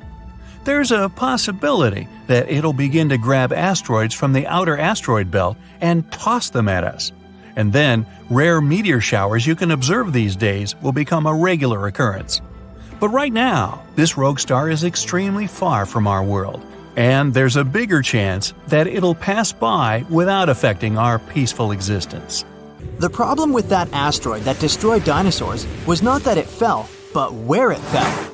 This colossal space rock found the worst place where it could land. Also, the angle at which it hit the ground was the most unfortunate. If it had fallen vertically, there would have been less destruction. But it fell at such an angle that it threw a huge amount of dust into the air. After the disaster occurred, tons of soot started burning. 65 million years ago, only 13% of Earth's surface contained the right amount of sulfur and oil needed to form a colossal amount of soot. If the asteroid had fallen on the other 87% of the territory, dinosaurs could still be living today, but it hit the worst place and lifted 1 million tons of burning material into the sky. A cloud of incandescent particles covered the sky and set off on a journey across the mainland. Then, these particles settled on the ground and caused large-scale fires. Trees were burning and sending more soot into the sky. But the asteroid collided not only with rocks, it fell on the coast in a place where the seabed was filled with sulfate. As a result of the collision, it started burning, which caused the release of sulfuric acid into the atmosphere. The air became poisoned. It seems the dinosaurs didn't stand a chance. And now, let's imagine the asteroid falling in another place, somewhere in the middle of the ocean. Huge waves flooded part of the land, but almost all kinds of dinosaurs survived. Or even better, the rock could have fallen somewhere in the desert and left behind a giant crater. That's all. Yes, several dinosaurs passing by wouldn't have survived the collision, but the situation wouldn't have been so critical in general. So, giant lizards remain dominant on our planet. They don't allow other animals to develop since Tyrannosaurus and other ferocious reptiles hunt mammoths and other ancient creatures. The population of mammals is decreasing. Velociraptors are fighting for territories with saber-toothed tigers and giant bears. A struggle for survival between dinosaurs and other animals begins. Then, the Ice Age comes, and some reptiles don't survive. Then, new players enter the field. Those are humans' early ancestors. Living side by side with dinosaurs is difficult. Lizards attack settlements and caves, so people have to build high walls for protection. By the way, the Tyrannosaurus poses less danger to people than you might have thought. According to the latest research, many creatures were able to run away from this monster. Yes, you probably saw how easily they caught up with cars in the movies, but it wouldn't be as scary in reality. Paleontologists and biologists have analyzed the strength of dinos' bones and found out that the creature couldn't reach high speeds. The maximum it was capable of was running twice as slow as a field athlete. Thousands of years have passed. People have learned to live with dinosaurs. They've even managed to tame some lizards. They've domesticated herbivorous dinosaurs to develop agriculture. Triceratopses and bulls now plow fields together. Imagine farms swarming with diplodocus or brachiosauruses. People climb their long necks and pick fruit from high trees. Stegosauruses protect pastures from wolves and velociraptors. Dinosaurs with shells, such as ankylosauruses, help people cross deserts. They, along with camels and donkeys, carry heavy loads. People share the planet with ancient lizards and live in harmony. The situation in the seas and oceans is much worse. Sea reptiles attack wooden ships and catch all the fish. Imagine that you're sailing to another continent with tons of grain, fabrics, fur, and other goods. And then a giant mosasaur appears on the horizon. It's one of the most powerful sea lizards. A great white shark looks like a small fish next to it. The creature could easily defeat a megalodon. and then it comes across a wooden ship. It bites into the deck and pulls the whole boat underwater. Water dinosaurs are the main obstacle to communication between countries. This slows the progress down for 100 years. People built metal ships to withstand the attacks of the mosasaur. And finally, they managed to establish sea connections. A similar problem occurs when the first planes take off into the sky. Imagine you're flying on a passenger Boeing. You look out of the window and see a pterodactyl. Wait, it's impossible. These winged lizards aren't so fast, but they can catch up with a helicopter or some old biplanes. This poses a serious threat to flights, so people install sound protection systems on board each aircraft. Pterodactyls hear irritating ultrasound from a distance and fly as far away from it as possible. People equip submarines and ships with the same sound shields. Then, after people have learned how to defend themselves from dinosaurs, another problem appears. Lizards are the kings of wildlife, so they displace all other animal species. Dinosaurs run across African savannas, and lizards with fur live in cold winter forests. Lions, wolves, and bears are not the rulers of the wild. Rhinos fight with Parasaurolophuses. Stegosauruses attack hippos and take away their territories. Venomous dinosaurs live in jungles. Lizards that can climb trees scare monkeys. Imagine a reptilian ape jumping from one branch to another. To save regular animals from extinction, people have to control the population of predatory reptiles. Huge parks and nature reserves appear in all countries. People transport dinosaurs there and separate them from other wildlife. Dinosaurs seem to be completely under control. When the danger caused by giant reptiles passes, people begin to breed smaller, harmless lizards. Someone buys a chameleon, and someone keeps a Microceratus at home. There are dinosaur exhibitions. People take these creatures for a walk as if they were dogs.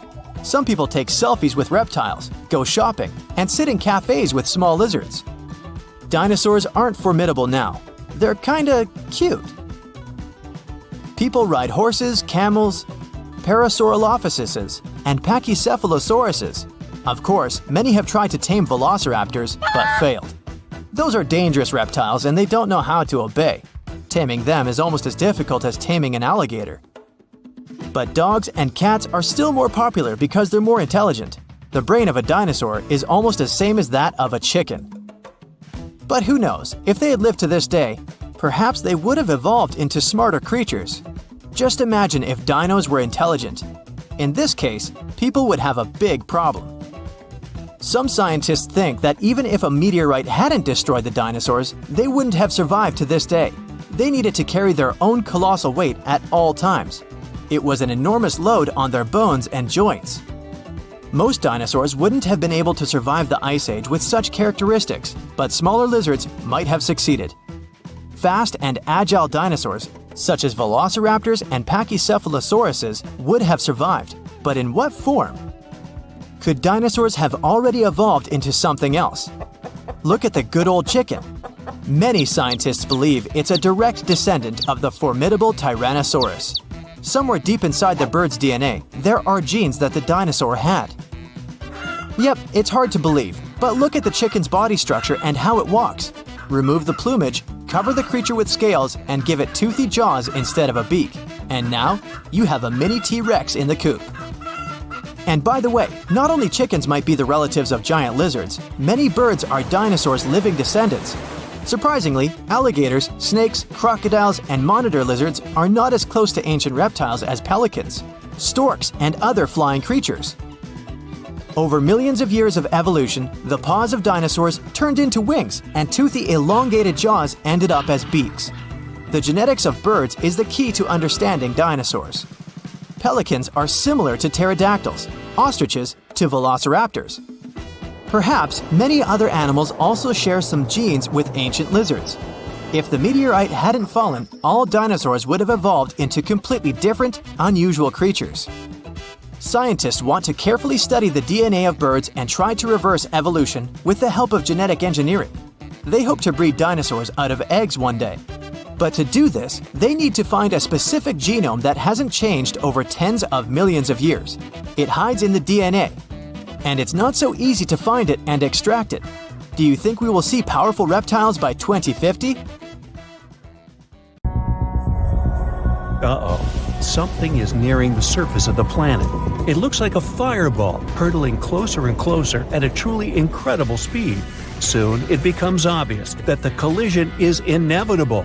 Bam! The impact leaves a huge crater. It evaporates thousands of cubic miles of solid rock, and it also sets off a series of terrible natural disasters. Yeah, I know what you're thinking. You believe I'm talking about the catastrophic collision that occurred around 66 million years ago on Earth.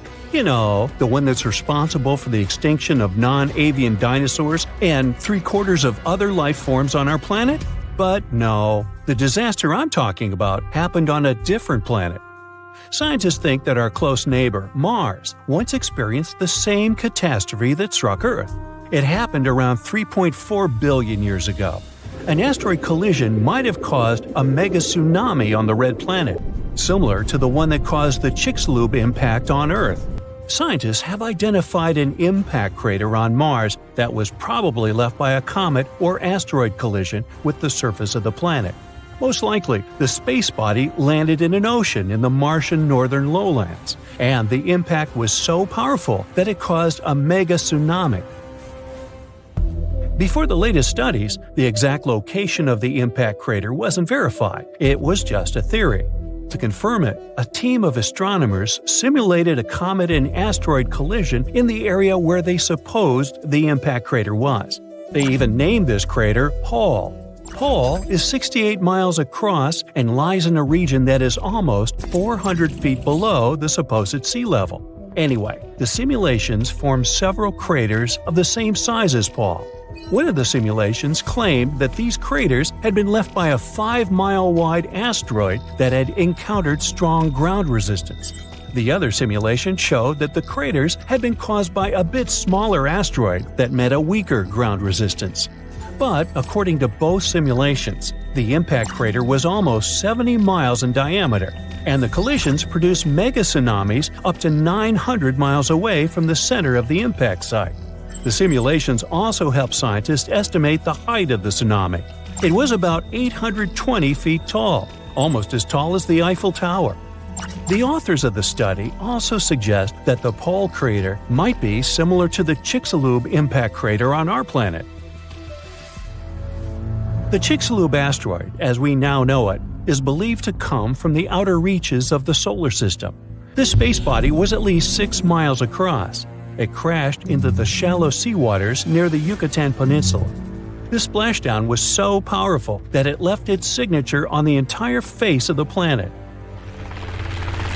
In 2021, researchers found out that the collision had carved mega ripples into Earth's crust in the region of modern-day central Louisiana. An even newer study suggests that the asteroid also triggered a tsunami so devastating it eroded seafloor sediments half a world away. The team of scientists remodeled the events of the first 10 minutes after the impact, and the model showed that the asteroid had produced waves up to 30,000 times greater than one of the largest tsunamis people have ever recorded, the Indian Ocean tsunami that hit Indonesia in 2004. The collision displaced so much water that it created a wave almost a mile high. That's like 2 Burj Khalifas, which is the tallest construction in the world, stacked one on top of the other. And of course, all that empty space didn't stay empty for long. The ocean gushed back to fill the crater. But in the process, it only ricocheted off the crater's rim, which produced even more waves. After that, tsunami waves that were more than 33 feet tall traveled around the world at a speed of 3 feet per second, lashing at all coastlines on their way. Imagine a 3-story building rushing up to you. No wonder the largest and fastest moving waves occurred near the impact area in the open waters of the Gulf of Mexico. Those rose more than 330 feet tall, which is taller than the Statue of Liberty, and moved at a speed 10 times greater than more distant tsunami waves. But back to the red planet.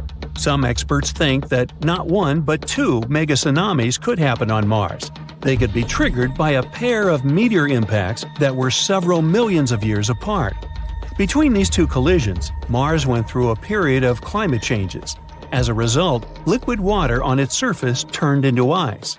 In other words, the first asteroid impact most likely produced waves composed of liquid water, and the second tsunami was probably formed by rounded chunks of ice water. By the way, the largest asteroid to have ever crashed into Earth might not actually be the one that ended dinosaurs. A much more catastrophic collision likely happened about 3.5 billion years ago. New evidence scientists found in northwestern Australia suggests that the asteroid I'm talking about was 12 to 18 miles across. It struck Earth at an immense speed, releasing an unimaginable amount of energy. Now, this made me think, what if something like that happened these days? More than 30,000 objects that are circling Earth these days could potentially crash into our planet. NASA considers around 1,500 of them to be potentially hazardous. These space rocks are the remains left after the solar system was formed some 4.6 billion years ago. For example, in 2004, astronomers discovered a huge asteroid nearing Earth. The first observation showed that the chance of the space rock hitting our planet was less than 3%. The asteroid was named Apophis. It's more than 1,200 feet across and weighs about 20 million tons. It's supposed to streak across the sky on April 13, 2029.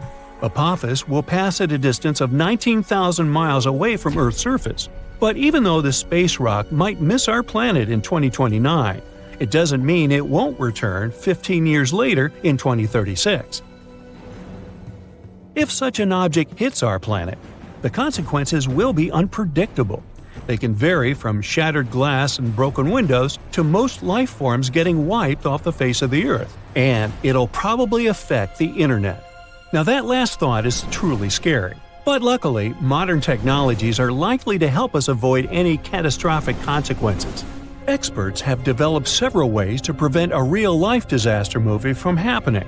For one thing, we could use a spacecraft to knock this visitor from outer space off its course. Or it could somehow be blasted into pieces. Scientists could also slow the thing down with the help of concentrated sunlight. Or people could tug it away with a gravity tractor. That's a theoretical spacecraft that can influence objects in space without touching them. In sci-fi movies, a huge asteroid often sneaks up on Earth and turns out to be a nasty surprise to astronomers. It hurtles toward our planet at breakneck speed and gets discovered just weeks or even days before the collision. In reality, scientists are constantly watching all large objects in Earth's neighborhood. It means there would be plenty of time to do something before the inevitable happened. There are three kinds of missions scientists could prepare at short notice.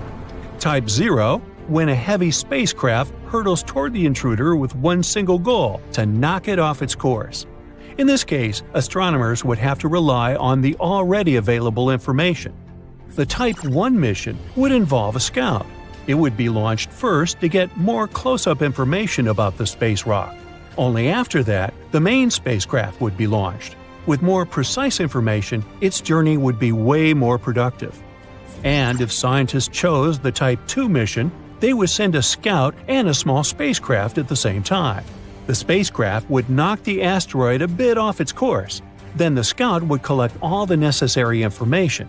Based on this data, the spacecraft would finish its job with a more fine-tuned second push. If none of these methods work, people could try going deep underground or even build a shelter on the ocean floor. But in this case, we'd need to find sources of energy that could help us survive for at least several decades. Plus, people would have to create a life support system that could somehow keep air and water fresh. About 800,000 years ago, I wasn't around then, a gigantic asteroid soared through space and plummeted toward Earth. It slammed into our planet with enormous force. It blanketed 10% of Earth with shiny black and green lumps of rocky debris known as tektites. Tektites are pieces of rock that get liquefied by the heat of a meteorite impact. Then they cool down to look like dark, glassy pebbles. A trail of these tektites was strewn across Southeast Asia and reached all the way to eastern Antarctica. This is how scientists know this giant meteorite crash happened. Well, researchers spent nearly 100 years trying to find the gigantic crater caused by the impact. But tektites were too widespread. That's why they couldn't pinpoint the exact location. Until recently. A team of experts from different universities tried to discover the ground zero of the meteorite impact. They investigated several craters in China and Cambodia, but none seemed to be created by a meteorite crash. The experts then decided to investigate Laos. It's a country where they discovered the largest and most concentrated number of tektites. After ruling out all visible craters, the team came up with a new theory. What if the crater is hidden by something? In search of the potential crater, the scientists measured gravity readings at different locations all across Laos. At the site of an ancient volcanic eruption, below thick, dense layers of cooled volcanic lava, they discovered a severe gravitational anomaly. It turned out to be a large, elongated crater, over 300 feet deep and spreading 8 miles wide and 11 miles long. Based on the location and the crater's enormous size, scientists believe this is the impact site of the ancient meteorite. Meanwhile, over 2 billion years ago, long before the age of dinosaurs, Earth was struck by one of the largest asteroids to ever hit our planet. The asteroid was approximately 6 to 9 miles across and created the biggest impact crater on Earth. This is the Vredefort crater. You can find it in present-day South Africa. When it was formed, it had a gigantic diameter of 186 miles. Over the centuries, the massive crater slowly eroded away into the Vredefort Dome. That's a rocky hill formation that was the central site of the asteroid's impact. This formation is so large that it can be seen from space. Today, the Vredefort Dome is a recognized World Heritage Site. It's also home to several towns and communities that encourage tourists to come and visit the ancient crater.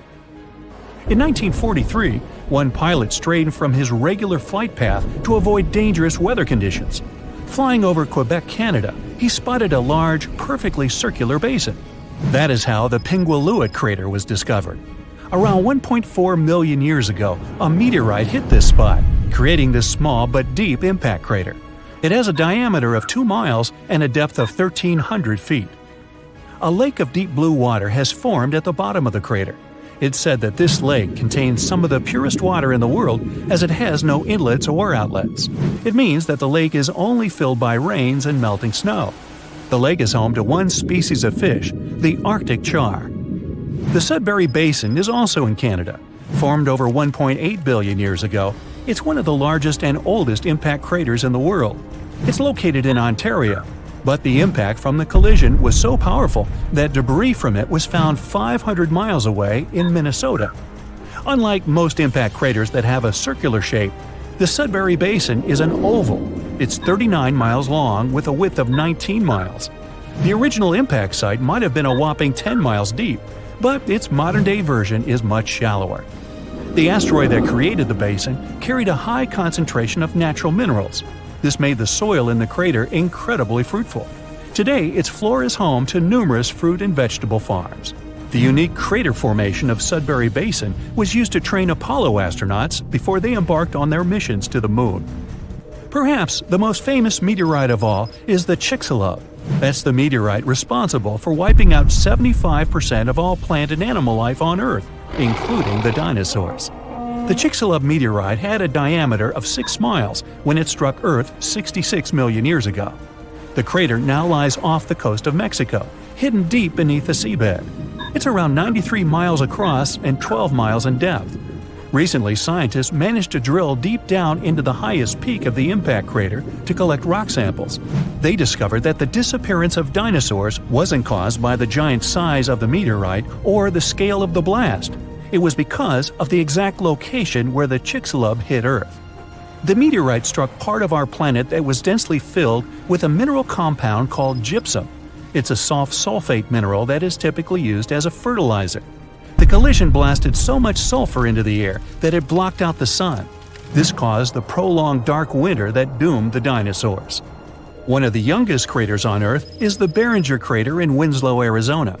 The Barringer crater is also one of the best preserved craters on Earth. It was formed 50,000 years ago when a heavy meteorite made mostly of iron plummeted down from space.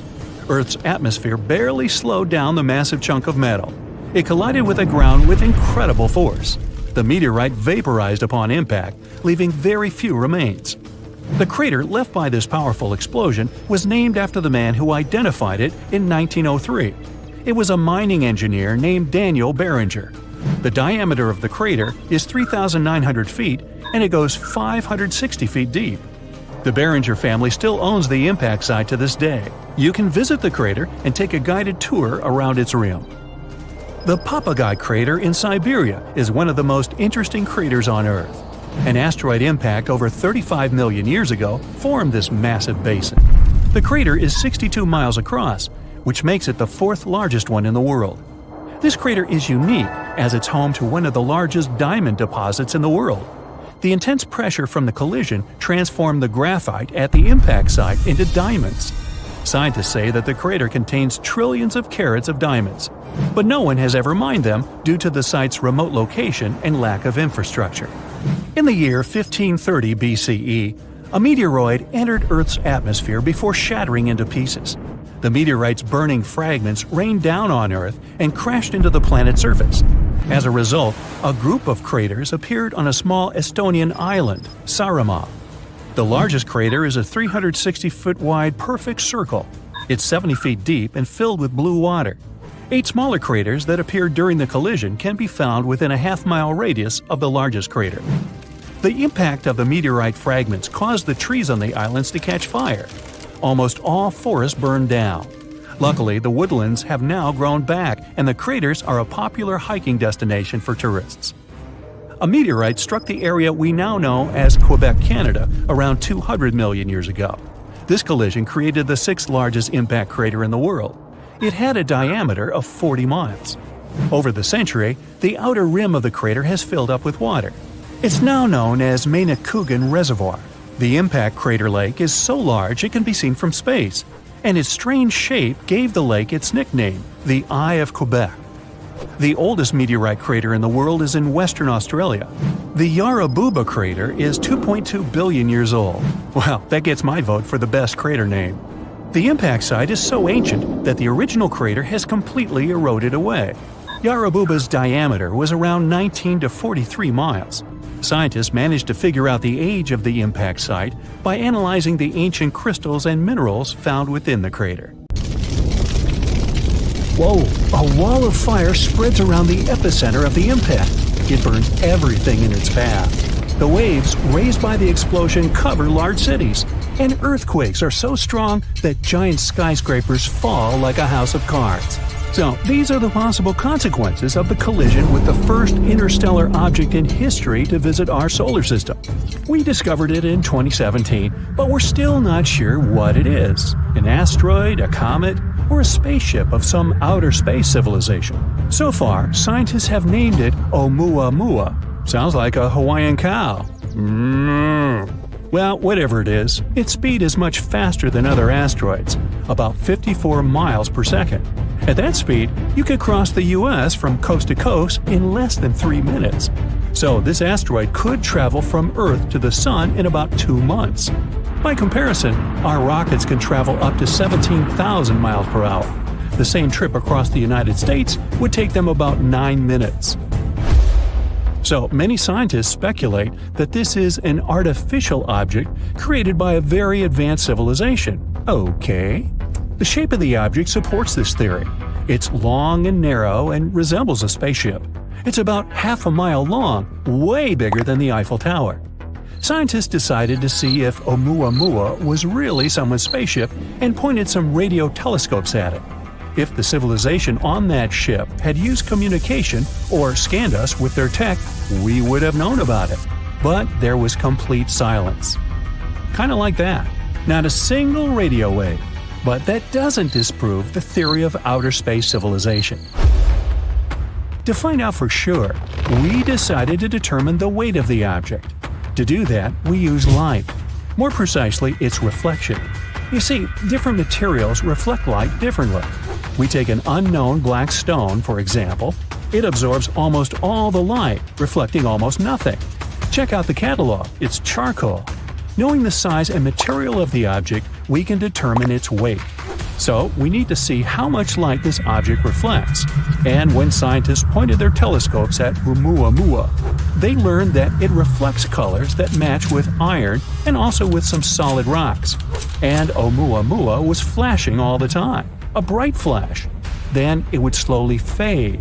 and then it would start to shine again. This means it was spinning. And it wasn't going around its axis like an arrow. It rotated chaotically, moving its edges up and down. Any artificial object or spacecraft would have been torn apart by such overloads. But Oumuamua is still intact. That means it's made of super hard materials that keep it from falling apart.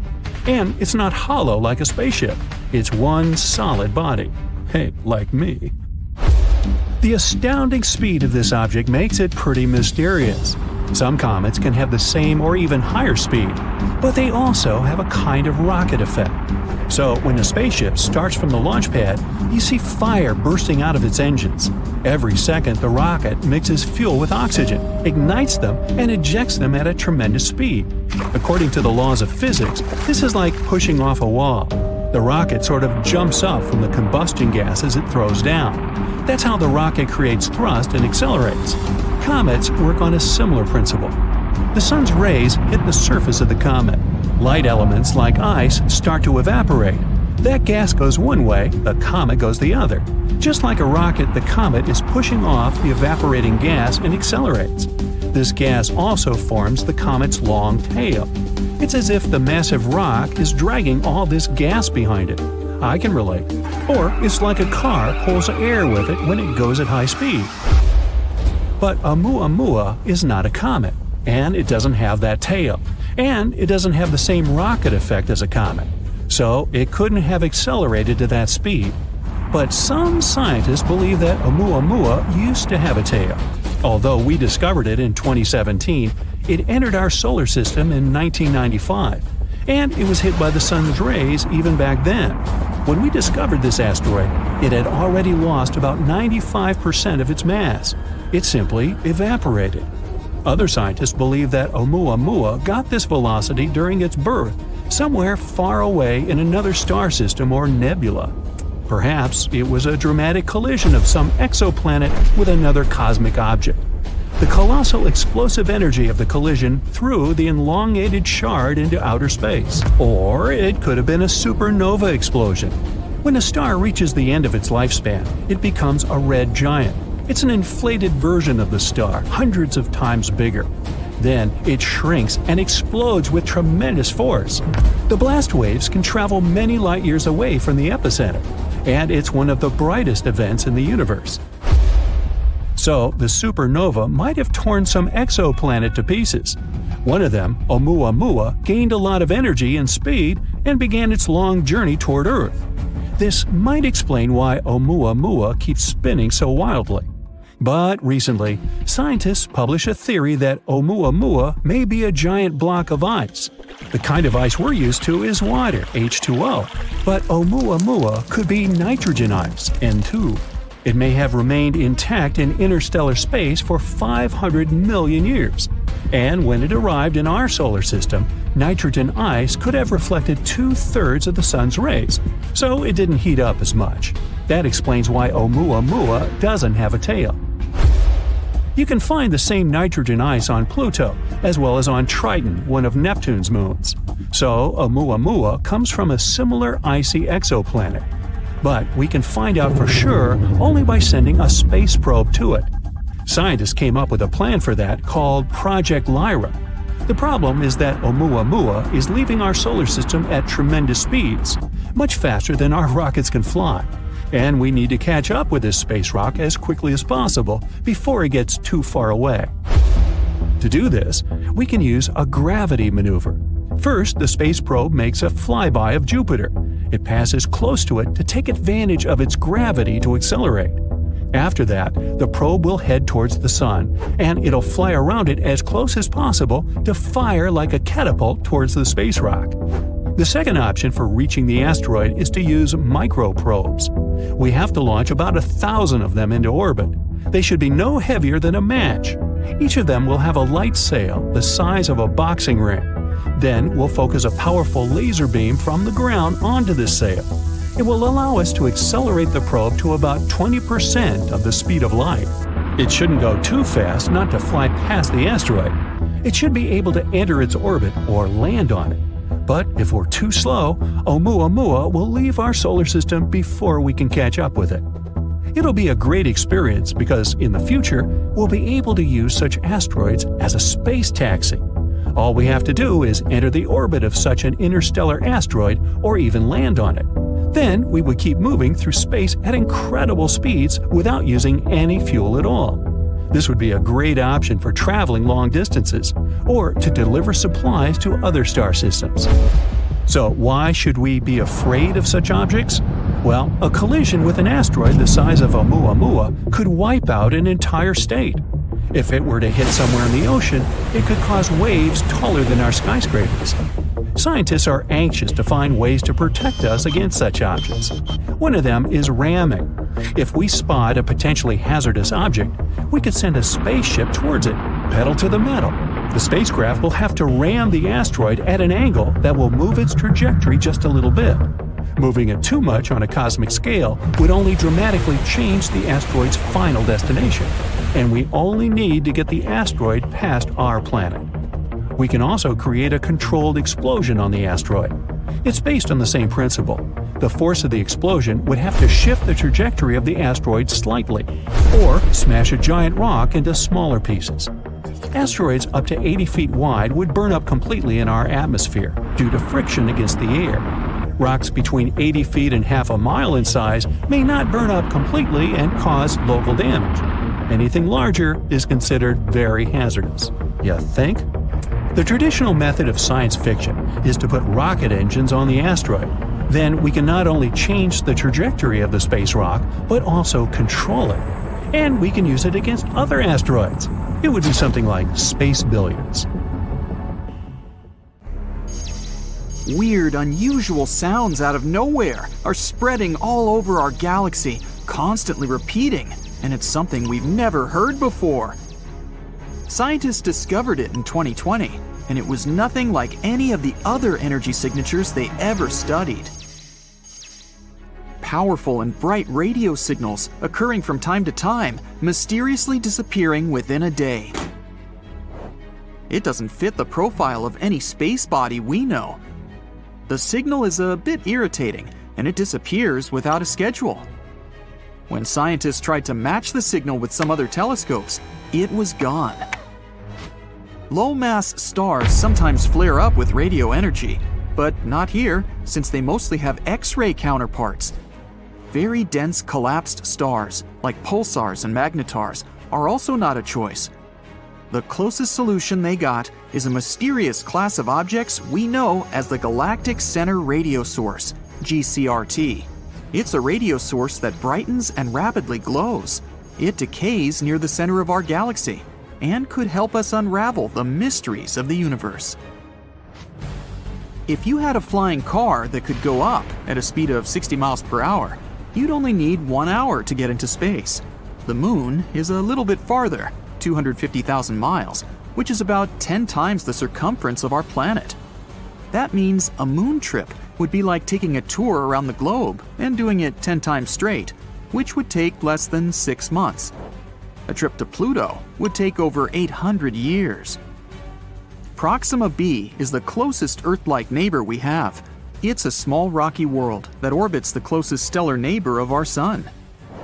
It orbits the star's habitable zone, an area that's far enough from any star to have moderate conditions, not too cold and not too hot for liquid water to at least hypothetically exist.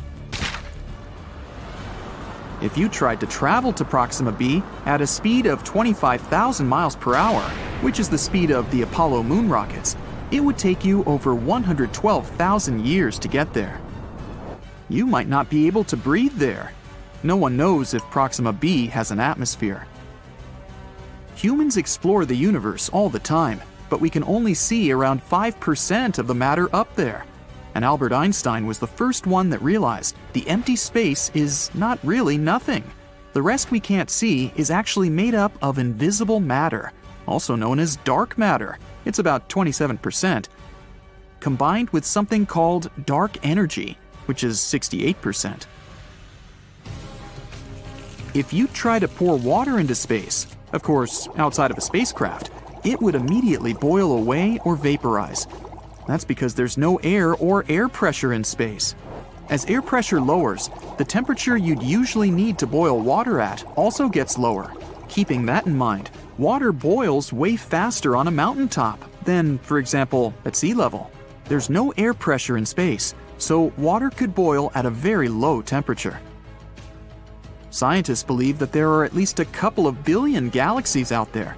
We don't know the real number, and probably never will, but they tried to calculate it by counting how many galaxies we can see in a pretty small and restricted area of the sky. It may seem as if the universe was filled with stars and a couple of planets here and there, but our home galaxy has at least 100 billion planets. If you fill a balloon with helium and release it, you'll notice it floats very high. It'll go up into the atmosphere, but it won't go into outer space. The higher you go, the thinner the air in our atmosphere gets. Your balloon will rise up until the point where the atmosphere surrounding it has the same weight as the helium inside it. That will happen at approximately a height of 20 miles above the surface, so this is as far as a helium balloon can rise. We don't really know how big the universe is. We can't see its edges, nor do we know if it even has an edge. We use technology to see out to a distance of around 14 billion light-years from our planet. This means we can see around 28 billion light-years in diameter across, starting with the outermost layer of our atmosphere that ends at around 600 miles above our planet's surface. Although the size of the universe is constantly changing and gets bigger through time. Mercury is closest to the Sun, so most people think it's the hottest planet too. Still, Venus is the hottest planet. It's the second planet away from our central star, around 30 million miles farther from the Sun compared to Mercury. Mercury doesn't have an atmosphere, which is like some sort of a warming blanket that helps maintain the heat coming from the Sun. Venus has an unexpectedly thick atmosphere, around 100 times thicker than the one we have. Its atmosphere doesn't let the heat out, it just keeps it and constantly makes Venus hotter and hotter. Also, it mostly consists of carbon dioxide that freely lets solar energy in. But it's less transparent to lose long wavelength radiations that the warm heated surface emits. The average temperature there is around 875 degrees Fahrenheit, which is hot enough to melt tin. The maximum temperature on its neighbor, Mercury, is 800 degrees Fahrenheit. In maybe 2 or more billion years, it will be way too hot for life to exist on our precious planet. As the hundreds of millions of years go by, our sun will keep getting hotter and brighter.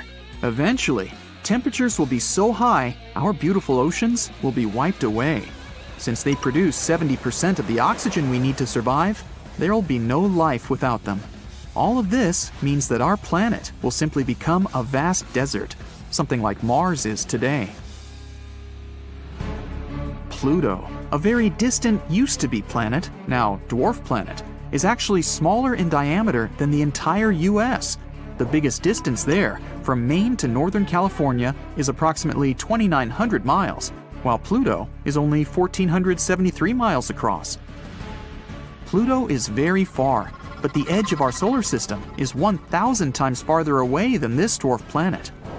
But astronomers found many space objects orbiting our sun way farther than Pluto, such as Kuiper Belt objects and trans-Neptunian objects. There's also an Oort comet cloud that goes half a light year from Pluto, also 1,000 times farther. A neutron star is really heavy. Just a teaspoon filled with it would weigh 6 billion tons. Neutron stars are something that remain from huge stars that have run out of fuel. The fading star explodes, and its core falls apart, but due to gravity, it forms an extremely dense neutron star. These stars typically have a mass of up to 3 suns, but the radius there is around 6 miles, because this is one of the densest things in our universe, at least that we know about. The universe has a color, and it averages to be some kind of beige, or as they call it, cosmic latte. It also has its own smell that reminds you of seared steak or hot metal. At least, that's something astronauts floating in space have said. If you want to build a spacesuit, get ready to work really hard. It takes 5,000 hours to make it and will cost you $1 million. A really good one will have 11 layers of material and weighs about 110 pounds, and it needs to be comfortable. You'll need more space in there because you grow up to 2 inches when in space. When you're floating around in space, Earth's gravity doesn't have any impact on you. That's why the vertebrae in your spine might expand and relax a little bit, which means you'll be maybe 3% taller. For 6 feet, it's about 2 extra inches. Oh, don't worry, it's not permanent. As soon as you go down to Earth, you'll shrink back down to your normal size within a couple of months. Space isn't the best option if you want to have a conversation with your friend. Because up there, sound doesn't travel at all. Molecules there are so far apart that sound vibrations can't reach them, which automatically means they can't vibrate, so we can't hear them. Movies are not accurate with this. No one could hear you screaming in space, too. We kind of live inside our sun. The sun is not just that big hot ball of light located 93 million miles away from us. Its outer atmosphere is way bigger. It extends far beyond the surface we can see. Our planet's orbit goes through its tenuous atmosphere. The evidence is when gusts of the solar wind generate the southern and northern lights. That means, in some way, we live inside the sun. Not just us, other planets too, including distant Neptune.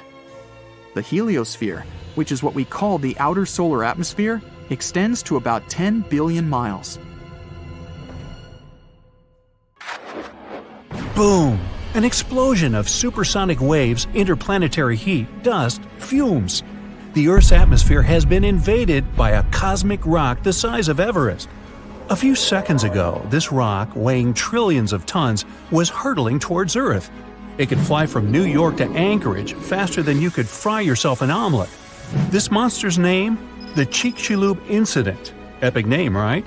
66 million years ago, it crashed into the Earth. Back then, dinosaurs ruled the planet, but not for long.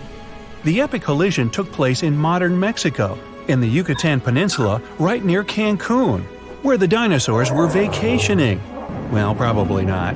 Still, the huge space rock hit the ocean, but even all that water couldn't stop the inevitable. The collision caused a huge amount of energy to be released. The horror on a planetary scale had begun. Imagine a mini-sun lighting up the surface of the Earth with tsunamis the height of the Statue of Liberty bursting from the epicenter of the watery impact. Not good.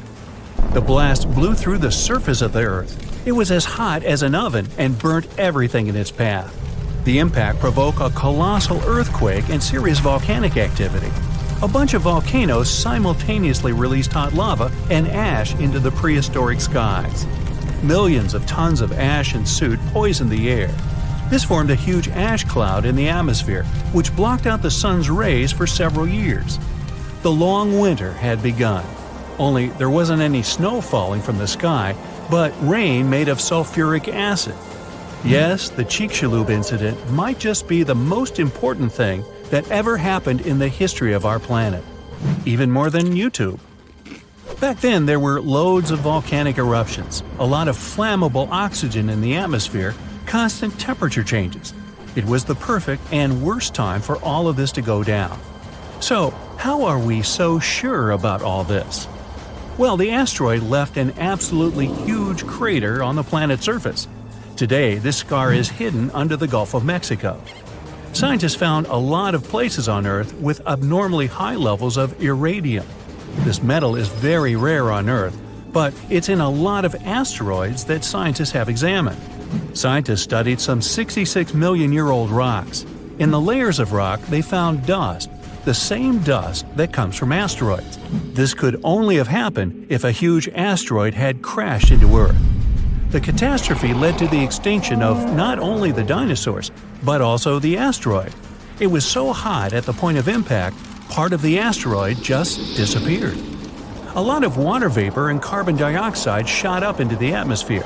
But the biggest problem, sulfur. It got kicked up by the asteroid impact and flew up into the air. These tiny sulfur particles blocked out a lot of the sun's rays. Without the sun, a lot of plants disappeared and the climate eventually got colder. The immense heat turned stones into glass. Scientists call these things tektites. The energy of the impact threw them up into the skies. After a short flight, the tektites fell down to Earth. But it wasn't pretty. Rain fell too, only instead of drops of water, you'd have seen hot glassy fireballs. They bombarded the planet's surface for days. The tektites set fire to everything. Scientists found evidence of this all over the world, not just near the collision site. But a lot of things from back then are still a mystery. Some scientists think that Chicxulub wasn't even an asteroid. It might have been a comet. Asteroids are mostly made of stone and metal. Most often they kind of look like a potato. A comet contains rock, metal, and ice. Comets look like dirty cosmic snowflakes, complete with ammonia, methane, and carbon dioxide. Comets sometimes come from the Oort cloud. It's a huge cloud of ice and debris around our solar system. From time to time, comets break free from the pack and head towards our sun. According to scientists, this special comet flew right past Jupiter. The gravity of that huge planet accelerated the comet even more. It flew towards the sun, gaining more and more speed. The comet's outer ice shield started to evaporate, and it probably gave off a lot of dust and gas, which made it look like it had a tail. The sun's gravity eventually shattered the comet apart. One of the fragments flew through space and crashed into the Earth 66 million years ago. So, asteroid or comet? The truth is, we'll never know. What we do know is that the Earth was seriously unlucky to be in its path, and it was never the same again. The catastrophe stopped the development of 75% of life on Earth. Some bigger marine animals, like crocodiles, turtles, and fish, survived the impact. Out of all land animals, the only ones to survive were the ones that were, on average, smaller than the modern raccoon. That includes a bunch of special species of dinosaurs, the ancient ancestors of birds. Scientists believe they survived for two reasons. After the huge impact, it took a long time for plants to start growing again, and a lot of animals didn't survive. Most remaining animals didn't have enough food. But these dinosaurs had a beak. With its help, they could split open nuts and dig seeds out of the soil, so they survived. The second reason is that these lucky guys had bigger brains. Some people think that they were able to cooperate with each other and quickly adapt to the new conditions. Other life forms survived too. Fungi and mold survived underground and underwater. Gradually, the darkness cleared away, and ferns began to take over the lifeless landscape. After a few thousand years, forests started to reappear. The animals that survived were pretty much all inconspicuous and small creatures. They lived in burrows, safe from all that hot ash. Before the collision, mammals had lived in the shadow of dinosaurs. But with all the dinosaurs suddenly gone, things were about to change. Mammals were able to take over. They began to dominate life, at least on land. Back to the moment when everything changed.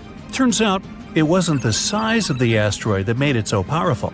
It was more about the angle in which it hit the Earth. If the angle of impact had been different, the dinosaurs might have even survived the catastrophe. So, what would that have looked like? Well, let's travel back, way back. Oh no, there's a giant asteroid heading for Earth. Oh, wait, never mind, it missed. Whew. There are plenty of earthquakes, tsunamis, and volcanic eruptions every day, but dinosaurs don't mind that much. No big deal. Fast forward a few million years, and most of these ancient lizards have changed and are now unrecognizable. Thanks to a couple of ice ages, many dinosaurs are now totally covered with feathers to protect them from the cold. Mammals exist, but they're few and far between. You see a lot of bats in caves. There are tons of rat-sized rodents in the forests. During the day, they hide in the undergrowth or in burrows. At night, they go out in search of food. There are no horses, no elephants, or other large mammals. Why become large and eatable when there are so many dangerous reptiles with huge fangs around? There are no whales in the sea. Parrots, hawks, and pigeons are nowhere to be seen. But pterodactyls 2.0 whiz past you constantly. Some are about the size of a helicopter, while others are no larger than a swan. There are plenty of primates, But they're in no hurry to climb down from their trees and walk on two legs. No venturing out into the savannah, no evolution into Homo sapiens. In this alternate reality, open spaces are very dangerous. But then again, so are forests and trees. Nowhere is safe. To get some delicious primate treats, many smaller dinosaurs learned to climb trees. This was already happening back in the Cretaceous period, right before that huge asteroid just missed Earth. Whew, that would have been an epic collision. Dinosaurs have grown wiser since that near miss. Some are even as smart as a modern chicken. A large brain uses a lot of energy, and that's not always a good strategy for survival. Safer to keep brains small and keep making those teeth bigger and pointier.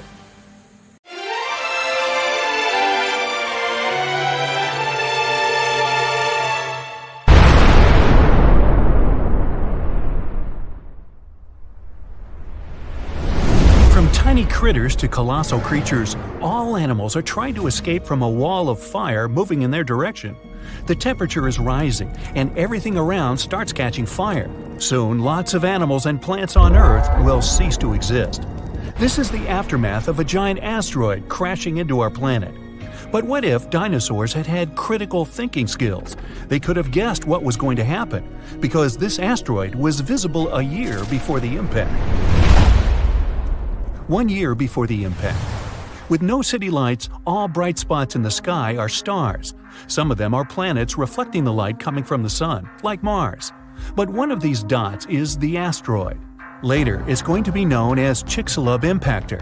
It got this name because of the region of modern-day Mexico where it fell. Anyway, at this point, the asteroid looks like a star. It has the same brightness as Neptune. You could even have photographed it with a high-quality camera.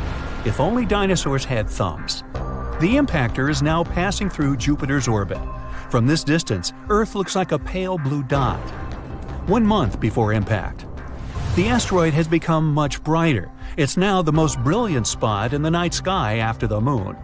The asteroid crosses the orbit of Mars.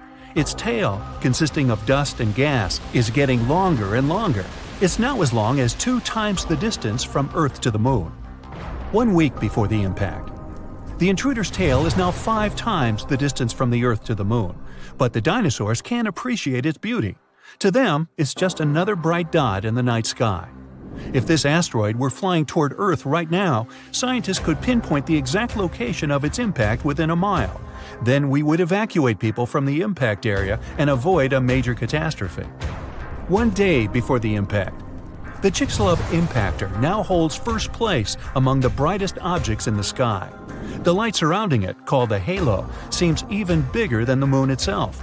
The asteroid is now passing through the Moon's orbit. It looks like a bright spot that leaves an ashy trail behind it. 1 hour before the impact. The light from the Chicxulub impactor is brighter than the full Moon, and its movement can be seen with the unaided eye. Nights on Earth aren't dark anymore. Only now, dinosaurs begin to feel anxious. All animals on Earth start to seek shelter. 10 minutes before the impact. The asteroid is now passing through Earth's orbit. Thousands of small fragments from its tail begin to fall on the planet. It looks like a meteor shower. So far, these fragments are too small. They all burn up in the atmosphere before reaching the surface of the planet. The asteroid is approaching South America. If someone was looking at it from Europe, it looked like a sunset. The bright dot of the Chicxulub impactor is falling behind the horizon. 2 minutes before the impact. Dinosaurs can now easily see the asteroid's shape. If they knew how to do it, they could even estimate its size. It's a bit more than 6 miles across, which means it's almost the size of Manhattan Island, and the giant's weight is 15 plus 15 zeros pounds. It's flying toward the Yucatan Peninsula at a mind-boggling 7.5 miles per second. At that speed, you could get from New York to Los Angeles in around 10 minutes, but you'd kind of burn up on the way. 10 seconds before the impact. The Chicxulub impactor is now approaching the ground. A few more feet and bam! The night sky suddenly turns white. The flash is so bright that the sun isn't visible at this point. The asteroid's entry causes a powerful blast that can be heard on the other side of the world. The huge asteroid begins to burn because of friction with the air. It heats up and splits into many pieces. These pieces shower on Earth. After a few seconds, the largest part of the meteorite hits the ground. Its mass and speed provide the Chicxulub impactor with an enormous amount of energy. In the next moment, a super powerful explosion shakes the ground. The blast wave from the meteorite begins to spread out from the impact site. It rips out huge chunks of soil and trees and then pushes them to the ground like dominoes. The temperature of the blast wave is so high that everything around the impact site catches fire. The energy released during the collision also penetrates deep into the planet. This causes the strongest earthquakes in our planet's history. They in turn generate tsunami waves as high as the Empire State Building. 5 minutes after the impact, the meteorite leaves behind a huge crater. It's as wide as Lake Huron and deep enough to fit inside 2.5 Mount Everests. Dinosaurs are running around in panic. They try to evacuate toward North America, but most of them don't make it through unfamiliar swampy territories. Another danger is the ongoing meteor shower. Hundreds of tons of ash and debris rise into the air. Heated up by high temperatures, they fall to Earth in the form of liquid lava. Ash and smoke fill the atmosphere and block the sun's rays. Earth plunges into darkness. For several more weeks, our planet will be totally dark. Acid rains will fall on its surface non-stop. There was a lot of sulfur in underground deposits on the Yucatan Peninsula. The energy of the explosion evaporated all this sulfur. Now it's cooling in the air, gathering in clouds, and dripping to the ground. Most animals survive the impact, but the mass extinction continues for many more months. The collision has plunged Earth into darkness, and this has wiped out most of the plants that fed on sunlight. The plant-eating dinosaurs have lost their main food source and begin to disappear. But plant-eating dinosaurs are the main diet of meat-eaters, and now dinosaurs like T-Rex have nothing to eat. Soon they go extinct too. In other words, it wasn't a meteorite that wiped out dinosaurs, but hunger and climate change. Meteorites of this size fall once every 100 million years. It means that such an event might happen again. Will humans manage to survive this disaster? These days, we can look out far into space, and the appearance of an asteroid the size of the Chicxulub impactor won't be a surprise to astronomers. In general, asteroids that are more than 460 feet across are considered potentially dangerous. Anyway, if we know about the approaching space body, we'll be able to build shelters filled with food and water supplies. Once the asteroid is close enough, we can wait for the impact and its consequences inside. But when people come back to the surface, they'll see cities and towns torn down. Our planet will look like a lifeless desert. That's why we need another alternative, which is to prevent the impact. Here, we have many options depending on the size and material of the asteroid. According to NASA, the most effective way is a kinetic ramp. We'll need to send a fairly large and heavy object, such as a spaceship, into space. When it approaches the asteroid, scientists will choose the perfect trajectory, and the ship will crash into the space body. A powerful collision will change the asteroid's course, making it fly past Earth. The further the space body is from our planet, the easier it'll be to send it away. Another option is a controlled explosion on the surface of the asteroid. Newton's first law of motion will help us here. It says if a body is moving at a constant speed in a straight line, it will keep moving that way unless it is acted upon by a force. So, if we make a big enough explosion, or force, the asteroid will shift its trajectory. How much it moves depends on the amount of force applied to it. We can also blast the asteroid right from inside. In this case, there will be no need to change its trajectory. Instead, we'll try to turn one huge hunk of rock into a bunch of smaller fragments. They will burn up in the atmosphere and do no harm to our planet. Another way is a gravity tug. Every heavy object has its own gravitational force and gravitational field. Our goal will be to send a spacecraft to the asteroid and make it fly close to the intruder. The asteroid will attract the spaceship, but its engines will resist. As a result, the ship will slowly but surely pull the asteroid toward itself. This method will take much longer, but gradually, the trajectory of the asteroid will change and it won't crash into Earth. Hopefully. We can also use solar power. We can build a spaceship with a system of giant magnifying lenses. Then we'll send that station closer to the Sun. When we spot an asteroid, we'll point the lens in its direction and focus the beam on the space body. The heat from the Sun will cause the asteroid's material to evaporate. Eventually, this will make the intruder change its trajectory. Traveling back in time now, this used to be hard. We fly past the Middle Ages, the first human civilization, the ancient ancestors of the first humans, the dinosaurs, the first land animals, the ancient sea creatures, and so on to the very beginning of all time. And there it is. This nebula is our solar system. Right now, it's just a cloud of multicolored dust made of hydrogen and helium spinning around. This cloud has begun to shrink and become denser. There's a theory that there were supernova explosions near our nebula. Their shockwaves squeezed the nebula from different sides until the center of the cloud became too heavy. The enormous weight presses it, and nuclear chain reactions begin at the very center of this cloud. It heats the cloud and makes it glow. Soon it forms into a dense sphere, and that's how our sun is born. It happened about 4.5 billion years ago. Our planet doesn't exist yet. There's only a disk of dust and space debris orbiting the young sun.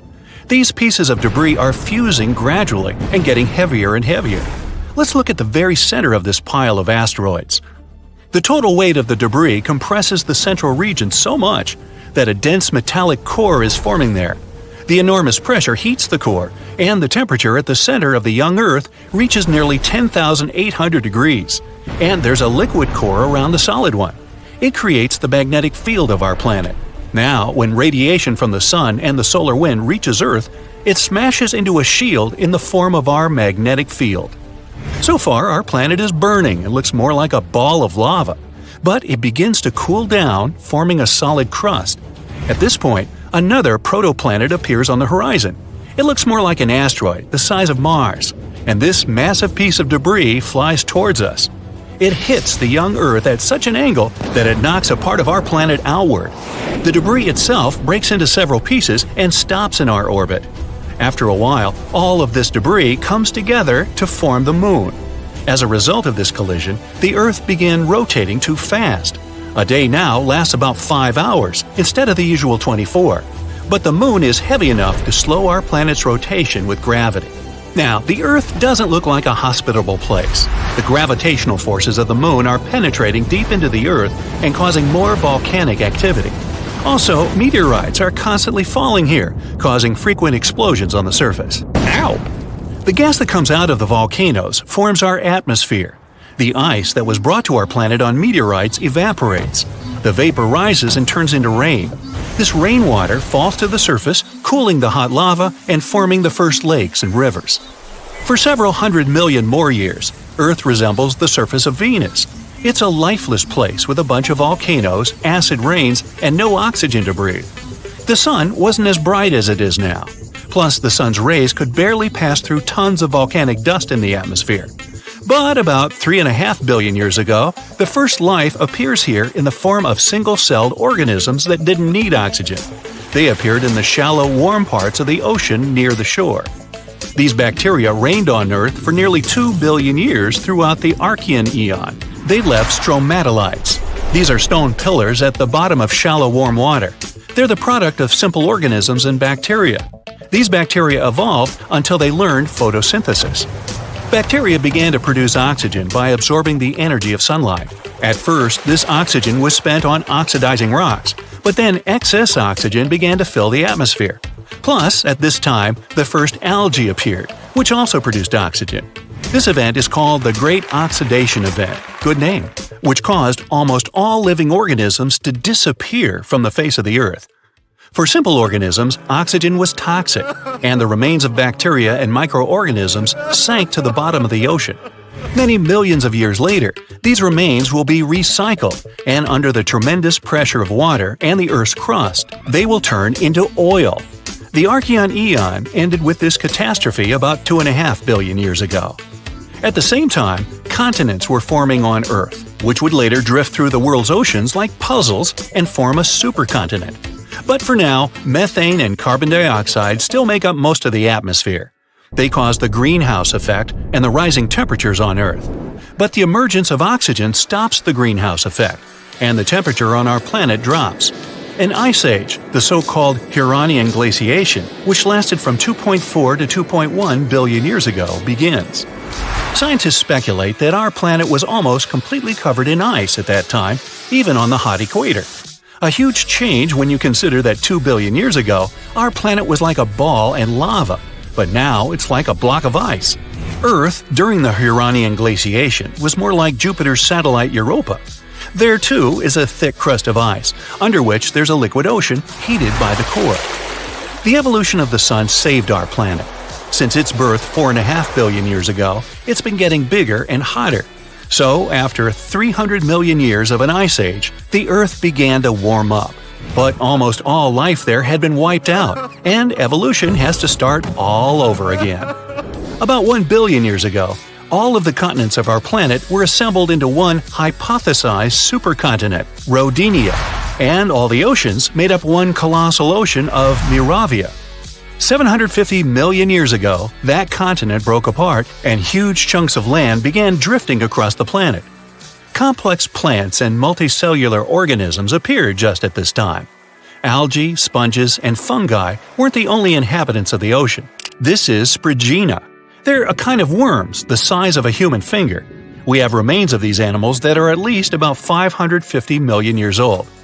541 million years ago, the Phanerozoic Eon began. The main event at that time is the Cambrian explosion. Life began to blossom on Earth, and a great variety of living organisms appeared. Mollusks and echinoderms like starfish and sea urchins appeared. Living organisms evolved, having not only an internal but also an external skeleton, like trilobites. Some of these things could reach nearly 3 feet in length. Their protective shells suggest that there were predators in the ocean.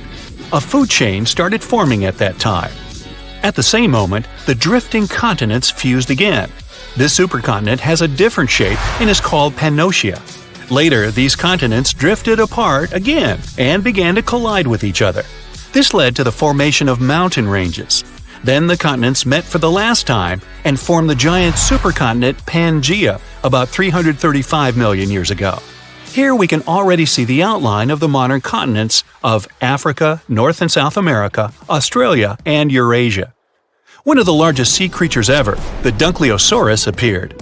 Some individuals could be as long as a school bus and weigh as much as a large SUV. The land had a hot and humid climate. It encouraged ferns and other plants to grow faster.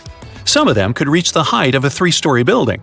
And for the first time in Earth's history, some animals leave the ocean and go on lands, such as L. generpeton and Ichthyostega. Anyway, at first, they live only on the coast because their skin wasn't adapted to the constant sunlight. In addition, they experience breathing problems. The first animals on land had both gills and lungs, but the lungs were underdeveloped, so they had to return to the water. Millions of years later, these animals evolved into more advanced amphibians. Though they were no bigger than ordinary lizards, they could already live fully on land. But this blossoming of life ended in a new ice age. Glaciers from the poles slowly crept toward the equator. Animals weren't prepared for this, and most of them didn't survive this extinction event. But 290 million years ago, evolution retook hold and more evolved land animals began to appear. Gradually, they increased in size, multiplied, and gave birth to a new species like Scutosaurus and Gorgonopsis. But this period didn't last long either. Only 40 million years later, as a result of unknown events, 95% of all living organisms on Earth ceased to exist. It could have been caused by a giant meteorite or by increased volcanic activity. Also, one hypothesis says it could have been the release of methane from the bottom of the ocean. The Mesozoic era began after this extinction. This is where the dinosaurs, as we know them, appeared and started a new page in Earth's history. Big herds of dinosaurs run through the forest. The temperature rises rapidly, and everything behind them begins to ignite. Some dinosaurs get stuck in swamps and can't get out. Pterodactyls fly over their heads as they try to avoid the blast wave that will soon cover the Earth. This event happened about 66 million years ago. It wiped out almost every living thing on Earth. Birds and flying dinosaurs were just about the only ones who could survive the most massive extinction event ever. Hey, don't blame me, I wasn't around then. Let's go down their evolutionary tree to look at the world's first bird, Archaeopteryx. It was about the size of a modern raven, but it looked like a small dinosaur with feathers. It had many small conical teeth, almost like alligators. It's because Archaeopteryx was closer to reptiles than to birds. However, its brain was 3 times larger than that of these reptiles. Although it had wings with feathers, it could hardly fly like modern birds. Its shoulder joints didn't allow it to lift its wings above its back, so it couldn't make a full wing beat. Most likely, Archaeopteryx was capable of gliding flights with small wing flaps. Evolution has led to more evolved species capable of full flight. Pterodactyls. These guys had no feathers, but membranes made of skin and muscle. Its wingspan was about the length of a human leg. It could fly perfectly and catch fish and small animals. Although flying dinosaurs could easily outrun terrestrial predators like velociraptors and T-Rexes, most of them didn't make it through the impact of a giant meteorite. Let's look at this event step by step to see how they got to our time. 10 minutes before the meteorite crash. A massive rock about the size of Manhattan Island is moving towards Earth in space. It weighs 460 trillion tons. That's like 3 trillion blue whales, the heaviest mammals that ever lived on Earth, and it's approaching our planet at 12 miles per second. At that speed, it could cross the Atlantic Ocean in just 4.5 minutes. That's twice as fast as our modern spacecraft could fly. 5 seconds before the meteorite crash. Ooh, this is getting tense. The Earth's gravitational force continues to pull the giant meteorite. It blows a hole in our atmosphere and creates a popping sound so loud you could hear it on the other side of our planet. All the animals on our planet wake up in a panic. They lift their heads up and see a huge rock that begins to burn through the air. Smaller fragments start to break away from the main meteorite. This fire is so bright that it shines almost like the sun. Flying dinosaurs and other ancestors of modern birds are the first to sense danger. They make a beeline to the sky and try to fly as far away from the impact site as possible to save their lives. The moment of impact. The colossal mass and velocity of the meteorite give it an enormous amount of energy. As soon as it touches the Earth, it causes an explosion of 150 trillion tons of TNT. The blast wave literally rips out chunks of our planet and throws them up. A huge wall of energy begins to move from the point of impact in all directions. It snatches the trees out with their roots and pushes them to the ground like dominoes. The shockwave completely wraps around our planet. This energy turns into heat. Everything around the impact site begins to ignite. Green jungles and trees turn into smoldering charcoal in seconds. The ground and rocks simply evaporate. The collision caused a massive earthquake. Some dinosaurs may have fallen into cracks that appeared in the ground. A strong earthquake caused a tsunami with waves higher than the Empire State Building. Dinosaurs that weren't trapped in the burning forest were washed away by the enormous waves. The dinosaurs of North America tried to escape by running to the north, but the blast wave inevitably catches up with them. Flying dinosaurs have no problem with earthquakes or tsunamis. They fly high enough to avoid the giant waves, but they will have to contend with continuously falling meteorite debris. 5 minutes after the meteorite crash. A meteor shower of giant rock fragments continues to fall to Earth. Some meteorites were the size of a car, others were more like a large building. Ashes and dust rise into the air. Their temperature is so high that they melt and turn into liquid lava and then fall back to Earth, causing more fires. Meteor showers cause trouble for flying dinosaurs too. They have to maneuver and dodge the falling red-hot rocks. The high temperatures are a huge problem for them because it might make them lose feathers. With no feathers, they aren't able to fly. 10 hours after the meteorite crash. The dinosaurs continuously ran north all this time. They found themselves in unfamiliar territory with many swamps. Giant dinosaurs like T-Rexes have legs as long as an adult human's height. They have a chance to get through this terrain, but if they fell, they could never get back up. The smaller dinosaurs like Triceratops had short legs and couldn't go through the dense swamps. 1 month after the meteorite crash. 15 trillion tons of ash were ejected into our atmosphere. A dark cloud blocked the sun, and the Earth was immersed in complete darkness. Surviving plants couldn't feed on the sun's energy and stopped producing oxygen. Surviving dinosaurs could hardly breathe because of the lack of air and a large amount of dust. The lack of sunshine in the sky made phytoplankton disappear. Many marine animals were left without their only source of food. The dust and ashes in the atmosphere prevent our planet from getting heat from the sun, and the temperature here is beginning to drop. The place where the meteorite fell was rich in sulfur. This toxic acid evaporated at the time of the impact and formed in clouds. Now there are acid rains on Earth. Flying dinosaurs now have to hide from these rains. They have to stay in caves and can't go outside to get some food. So far, a large number of terrestrial and flying dinosaurs have survived. They come out to see the aftermath of the disaster. The site of the impact was in present-day Mexico, the Yucatan Peninsula. The Chicxulub crater is located here. It's about 93 miles wide, like half of all of Lake Michigan, and it's 12 miles deep. You could plunge the whole Mount Everest in there, and there would still be 6.5 miles of available space. It wasn't the impact itself that made the dinosaurs disappear. The fire destroyed most of the plants the herbivorous dinosaurs ate. With no food, their numbers dwindled rapidly. Predatory dinosaurs had nothing to eat either. Acid rain and the disappearance of phytoplankton threatened all marine life. Even though birds managed to avoid the blast waves and tsunami, they were short of food too. About 80% of all birds didn't make it to the end of the extinction event. The problem was that all of the forests on Earth were wiped out. Most birds would nest and live in trees. Besides that, the forests were always full of food, from all kinds of ants and termites to flying insects and small mice. So, only those species that lived on the ground and could fly well survived. Most likely, they fed on the seeds of small surviving plants. This habit made flying dinosaurs lose their teeth during evolution. Instead of jaws with a bunch of sharp teeth, they got long beaks to grab tiny seeds from the ground. Although Earth looks like a terrible place to live now, there's an evolutionary boom for birds. They have to travel long distances in search of food. Their wings get stronger. They also feel safe from predators who regarded them as food before. No T-Rex now catches a sleeping bird off guard. About 1,000 years after the collision, the first dense forests appear. It gives another boost to evolution. 1 million years later, forests full of food are populated by the ancestors of modern mouse birds. And 65 million years later, in modern times, we have about 10,000 species of birds. Pigeons, crows, eagles, and hawks, even penguins. These are all descendants of the dinosaurs.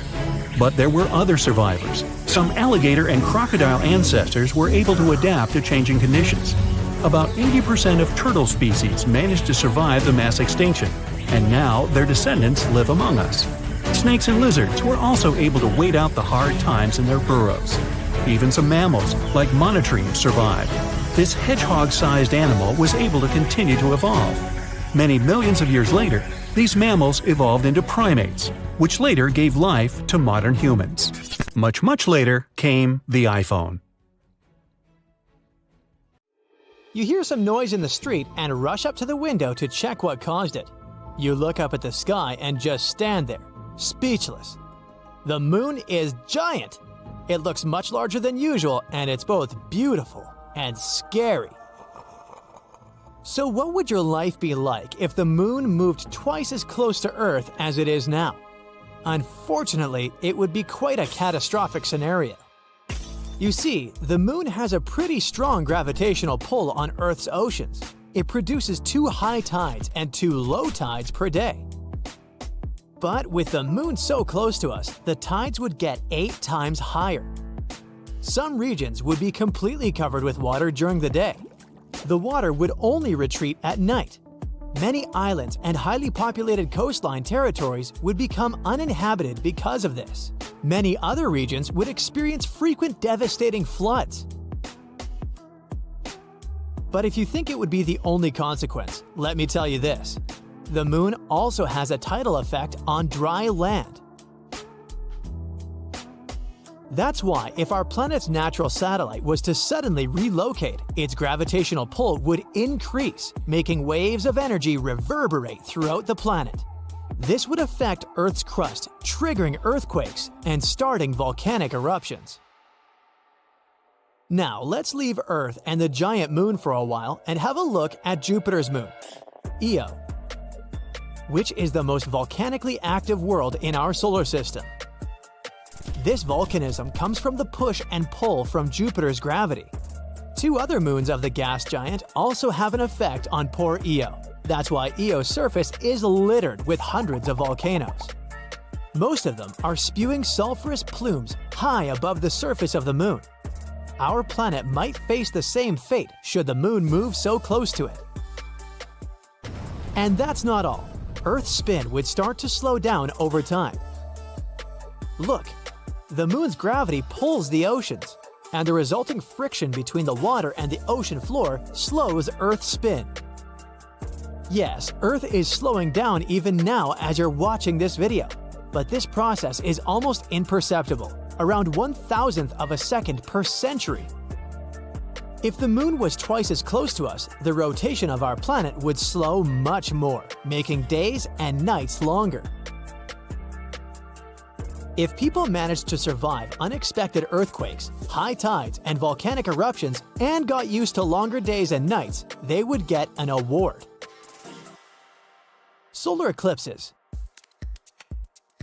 These spectacular events that occur when the moon passes between the sun and Earth would happen much more frequently. Since the moon would cover a much larger area in the sky, it would pass in front of the sun more often. People on Earth would be able to see the sun's outer atmosphere, called the corona. It would shine beautifully around the silhouette of the moon. Such solar eclipses would also last much longer. But what if the moon didn't shorten the distance overnight? What if it was a much slower and much more gradual process? Then our planet's crust would shift more slowly. Tides wouldn't change so dramatically either. This would let living creatures on the planet get used to the new conditions and adjust in time. Longer days and nights would likely change the climate, and animals would have to evolve to adapt to it. Their eyes would have to change to be able to deal with brighter moonlight at night. Prey would have to learn to hide better, but predators, on the other hand, would have more advantages when hunting. But what catastrophe would have to happen to make the moon move so close to Earth? Well, it could be some massive object, like a giant asteroid passing very close to the Earth-Moon system. If the moon was in the way of this space traveler, it could take energy from Earth's satellite, which would cause the moon to spiral towards our planet.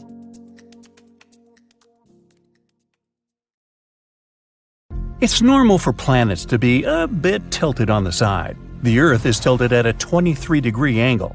That's why we have seasons. It's summer when the part of the world where you are leans closer to the sun. It works the opposite way too. It's winter when you lean away from it. But Uranus is tilted more than normal. It lies as a 98-degree angle, which has a huge effect on its seasons. Each season on Uranus takes 21 years to play out. Something to think about the next time we complain that winter lasts forever. Now, here on Earth, we measure distances in minutes and hours, maybe even days. It takes 10 minutes to walk to your best friend's house, or 15 minutes to drive to your favorite cafe. But in space, it's different. It's vast, which means we measure how long it takes to get to a certain point in years, or in most cases, light years. So, if you want to walk to the moon one day, that would take you 9 years to span the 239,000 miles. Perhaps you'd like to take a ride to the nearby star, Proxima Centauri. Maybe if you kept the pedal to the metal at a constant speed of 70 miles per hour, you'd get there in about 356 billion hours, or around 40.5 million years. Trust me, after the first 20 million years, you'd be second-guessing yourself as to why go there in the first place. Now, Mars contains the biggest valley, Valles Marineris, we've discovered so far. It's a pretty impressive system of canyons, 2,500 miles long. That's 5 times longer than the Grand Canyon. Researchers first spotted it back in the 1970s. A bank of volcanoes located on the other side of the canyon ridge probably helped form this valley. We haven't discovered a planet completely made of diamonds yet, but on some planets, it actually rains diamonds. On Jupiter and Saturn, gas giants of our solar system, lightning storms turn abundant methane into soot, which we also know as carbon. The soot falls and transforms into graphite. Further graphite transforms into diamonds with a diameter of about 0.4 inches. Now, before you start figuring out how to book a diamond collecting field trip, know that these diamonds don't last. After they enter the planet's core, they melt. Ever notice how when you're stargazing 2 nights in a row in the same time, let's say 9 p.m., the stars stay in the same place, but the moon doesn't?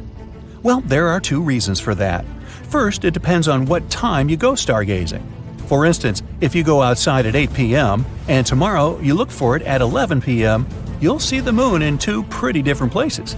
In this case, even the stars take different places in the sky since our planet is spinning. As you know, it takes 24 hours for it to make one full circle. That means, from our point of view, it seems like both the sky and everything up there is just moving around us one time per 24 hours. In the same way, the sun changes its position, rising and setting every day.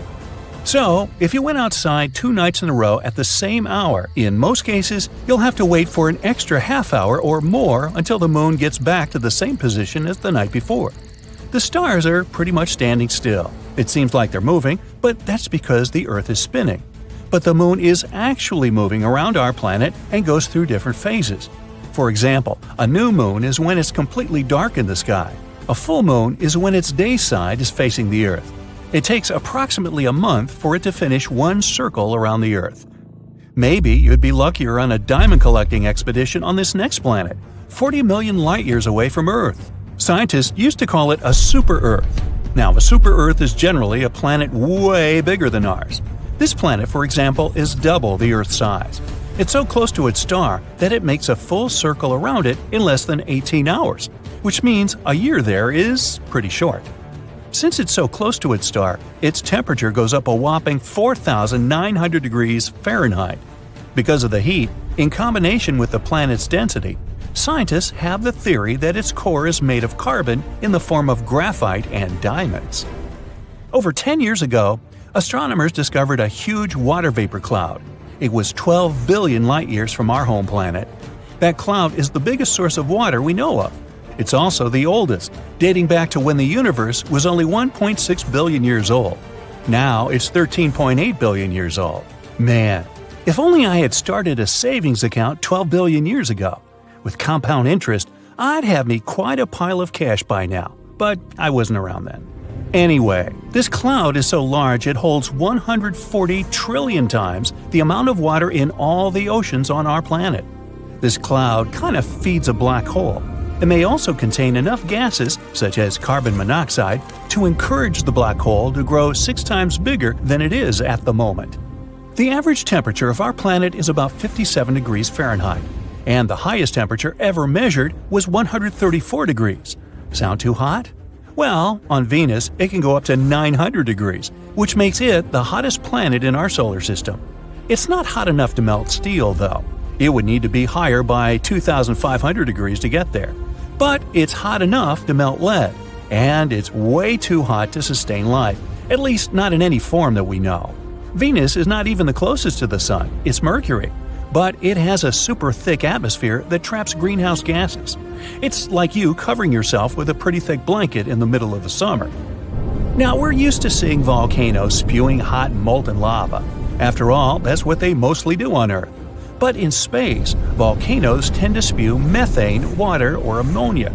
And these materials freeze as they erupt and eventually transform into frozen vapor and something called volcanic snow. I'm talking about cryovolcanoes here. You can find them on Jupiter's moons Io and Europa, Saturn's moon Titan, and Pluto. These volcanoes are especially active on Io, which has hundreds of vents. NASA vehicles have even captured some of these erupting in real time. Plumes of frozen vapor coming out of them extended for about 250 miles. Hey, by the way, they just discovered another moon around Jupiter that might actually be good for farming someday. It's named EIEIO.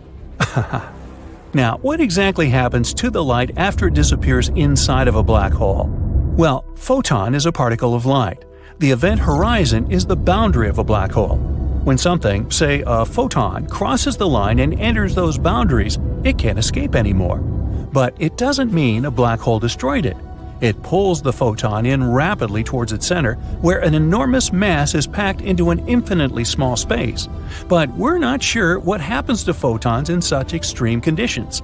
It's still one of the biggest mysteries. Does a black hole destroy the light or not?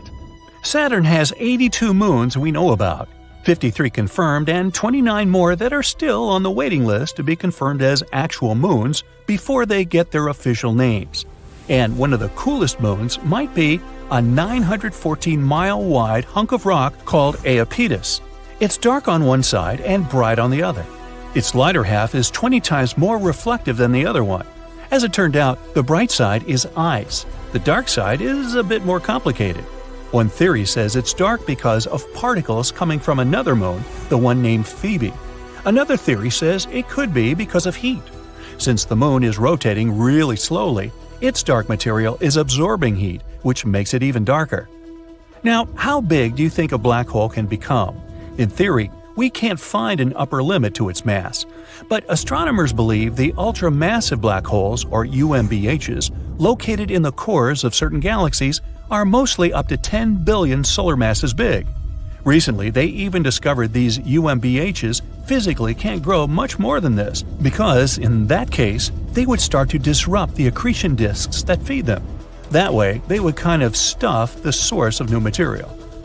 Most people picture the universe as somewhere between aquamarine and pale turquoise. Even some researchers thought that was the case. They managed to determine the cosmic color by combining light from more than 200,000 galaxies within 2 billion light-years of our planet. But the real color is actually closer to beige. Researchers got it all wrong because there was a bug in the software. No, really? It converted the cosmic spectrum into the color our eyes would see if we were exposed to it. The team defined this color as a cosmic latte. Ooh, make that a double-shot low-fat large to go, please. Now, you wake up one morning and watch the news while having your morning coffee. They did it again! Those scientists! The news anchor yells on the TV. A report was released a few days ago that the moon is moving further away from Earth's orbit. Its distance extends 2 inches per year. Over the past 2,000 years, it's drifted a total of 260 feet. This isn't too daunting of a distance, but the news has still made people panicked and concerned. They rally together around the planet, uniting to try and stop the moon from escaping Earth's orbit, even though it won't actually leave the orbit for over 1 billion years. But everyone was focused on the past benefits of the moon. It's obvious life on Earth as we know it wouldn't have evolved without its existence. The moon is controlling the tides and the molecules in the atmosphere. Without it, humans, in particular, wouldn't have evolved. So, with an appreciation of the moon, the top brass ordered the best scientists to come up with a solution to push the moon closer towards the Earth. A giant thruster engine was built on the dark side of the moon. It was ignited, and the thrusts tried to push forward, but the startup power wasn't strong enough to push the moon. Instead, it tilted the moon's axis, rotating it slowly. As the moon rotated, the scientists hurried to turn it off before the engine reached its full power, as it was headed off course. The brass didn't accept this and ordered them to continue with the objective. The scientists insisted the math wasn't correct and didn't know exactly what may occur. Their concerns were ignored, and they watched as the engine's power increased. The engine slowly pushed the moon, the distance reducing. But as it was provided at the wrong moment, the angle it was aimed at would provide complications. The thrust and gravity from the Earth ensured the moon followed the orbit at a reduced distance. But with the combination of the initial thrust on an indirect angle, the moon was directed away from the Earth, quickly moving further off its trajectory on a path to leave the orbit altogether. As you finish your breakfast and turn the TV off, you go outside to look at the moon. It sits high above, seemingly fine.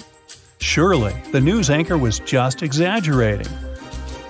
You go to work. The issues of the moon are now just an afterthought. Even if it was true, how could it possibly affect your day? The morning feels normal, just another day at the office, as it turns out. During your lunch break, you head into town and notice on your way that the wind is picking up, getting stronger and colder. It must be a storm approaching. You quickly check on the moon. It appears smaller, about half the size of what it was this morning. But it's midday, so it's supposed to be that size, isn't it? After you finish your meal at the restaurant, you leave to find it's becoming darker. The wind is much stronger than earlier, but there are no storm clouds in the sky. People in the streets are pointing towards the sky, shocked at something, probably an eclipse. As people begin running in the streets frantically, you look above and can't see the moon. Confused by everything, you decide to head home for the day. When you arrive home, you turn on the TV. The news anchor, who is now more serious than earlier, explains that the moon has left the Earth's orbit altogether and is flying off somewhere into space. The loss of the moon means the daily cycle has changed. Now, there are only 6 to 12 hours of sunlight a day and over 1,000 days per year. I only have to work half as much, you say excitedly, pumping your arms in the air. The lack of the moon creates a completely different world. The pull of the moon's gravity is what keeps the Earth in a place at 23.5 degrees angle, ensuring the weather patterns and normal days that we're accustomed to. Baffled by all the scientific information, you go outside to just confirm you aren't being pranked. The shorter working week seems too good to be true. As you look out into the sky, you notice the stars are brighter than you have ever seen. You can clearly see the outline of the Milky Way's arms. The stars are far more numerous than you remember, with Venus glowing far brighter than them all. It's a beautiful sight, but you're not sure whether a clearer night sky was worth the moon's removal. You have never been interested in astronomy. You decide to go to bed. It's a good idea to adjust to the new night and day cycle. You set your alarm for 2 hours.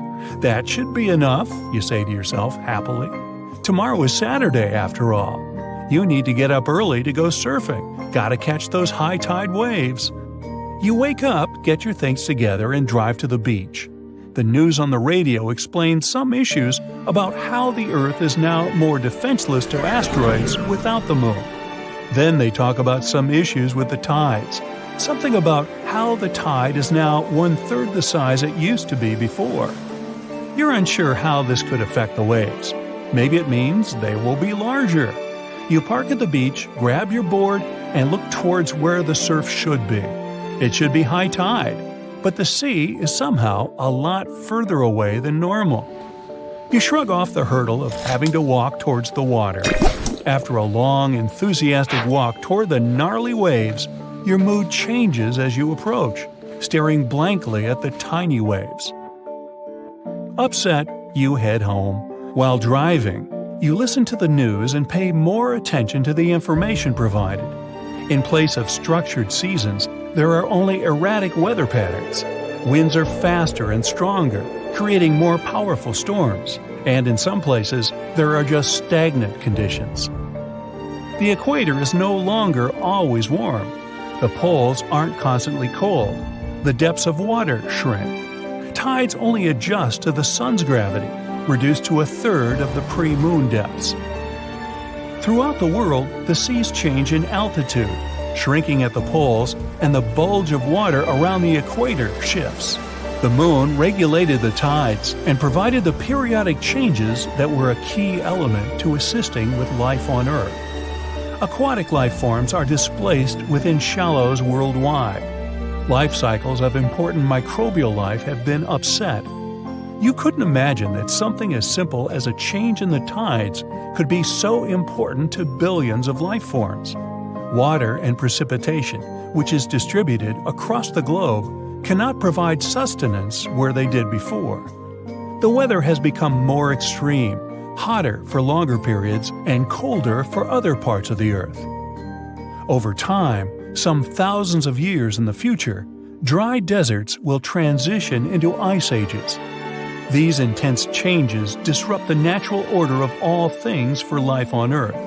Not only did the moon control the tides and weather, but it used to pull molecules within the atmosphere as it moved. The now constant movement disrupts molecules, creating barriers for future evolution. You arrive home, upset after learning the disheartening news. Not only will you never be able to surf again, but all life on Earth will change. An age of devolution has begun. Over the next year, flora and fauna changed to adjust to this new world. Migratory animals that would travel toward greener pastures find nothing at all. Birds are completely confused, with no end to the change in seasons. Hibernating animals delve in and out of their shelters at the incorrect times, and vegetation struggles to grow at the lack of sunlight. Nocturnal animals cannot see without guided assistance from the reflection of the moon. Although Venus is the brightest source of light when it's dark, it's only 1,000th of a fraction as bright as the moon was. Predatory animals that hunt during the night are not capable of finding their prey. providing an opportunity for smaller animals to thrive. Although life on Earth has changed, it will continue to exist. But the sudden adjustments will become a test for all walks of life. Over time, it will be very interesting to see what species have adapted and evolved. A world where rats and mice would be more prominent due to their adaptive capabilities could create a new dominant species to emerge. In millions of years of evolution, their descendants will primarily flourish. We could see buffalo-sized mouse herbivores crossing the plains and tiger-sized rats roaming within the jungles. Tree-faring mice with long arms may swing amongst the branches. Others will probably move to the seas in place of mammals to feed upon aquatic life. Wide-eyed predatory rats may occur to have similar traits to bats, with echolocation, becoming the conquerors of pitch-black nights. All the new species that will emerge, undoubtedly, will continue to be monitored by humans, wherever we may be. Have you ever wondered why Earth doesn't have rings? Gas giants, Jupiter, Saturn, Uranus, and Neptune, have them. But the rocky planets, Mercury, Venus, Earth, and Mars, don't.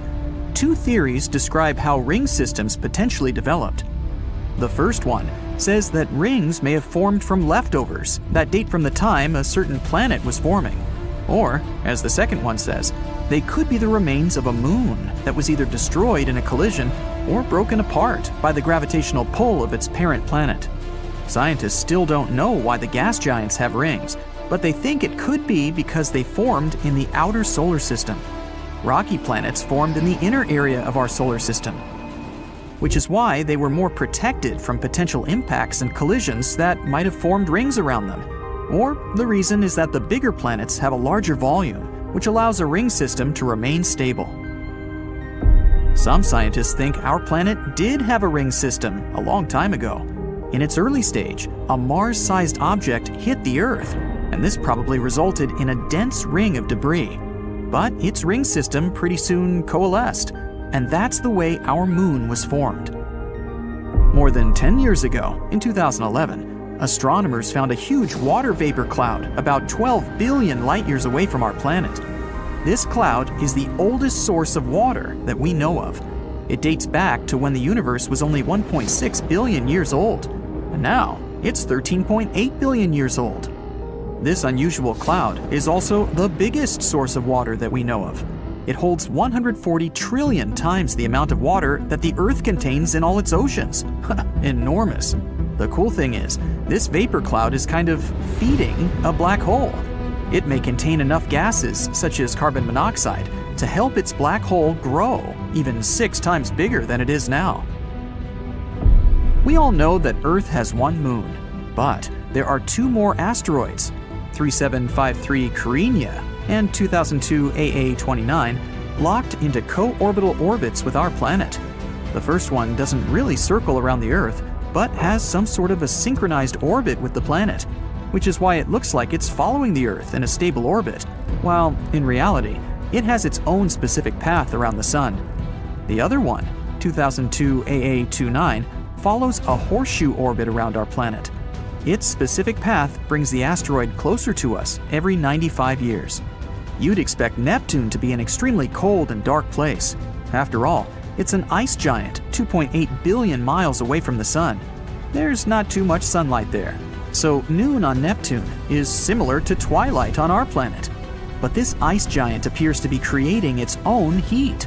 To be precise, 2.6 times more heat than it gets from the Sun. This probably has to do with all the pressure near the planet's core. It builds and releases hydrogen, which keeps Neptune's center at a crazy temperature of 9,300 degrees Fahrenheit. But its atmosphere is still quite chilly. It ranges from about negative 240 degrees Fahrenheit to negative 330 degrees Fahrenheit. What shape do you think of when someone mentions storms? Probably long ovals of hurricanes and conical tornadoes. But that's something we see on Earth.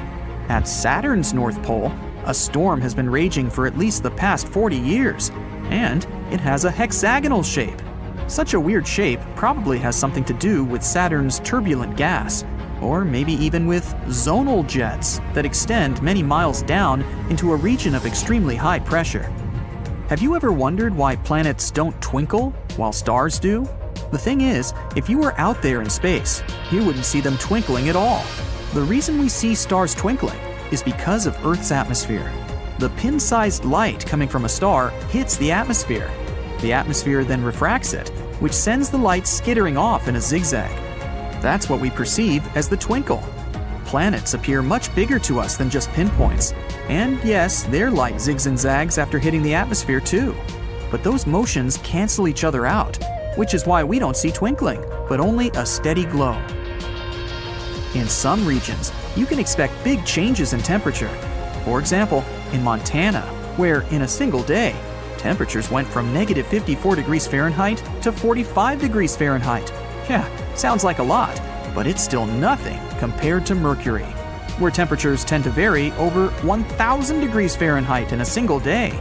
They start out at negative 280 degrees Fahrenheit at night, and eventually go up to 800 degrees Fahrenheit during the daytime.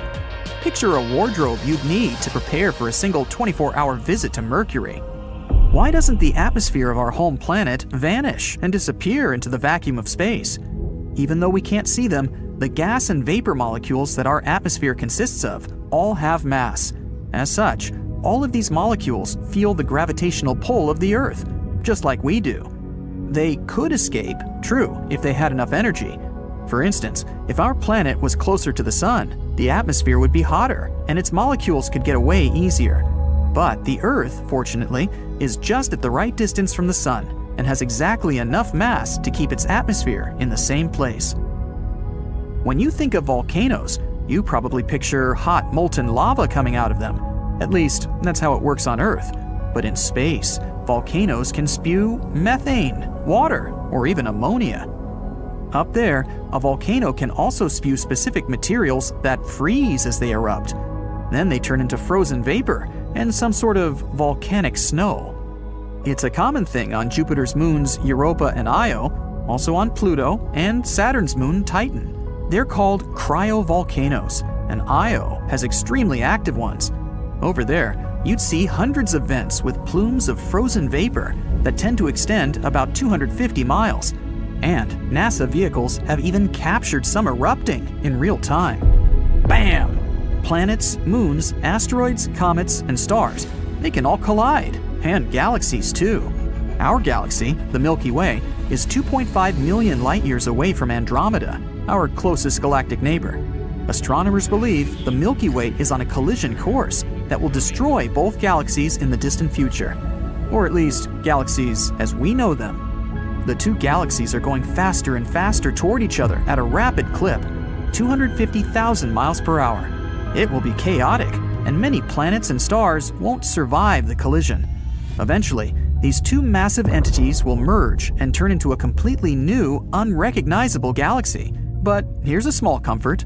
Scientists assume this is not scheduled to happen for another 4 billion years. In case you want to fuse two pieces of metal together, you already know the only way to do that is to apply heat so these pieces can reach their melting points. In space, you don't need heat to do such a thing, or basically, any action at all.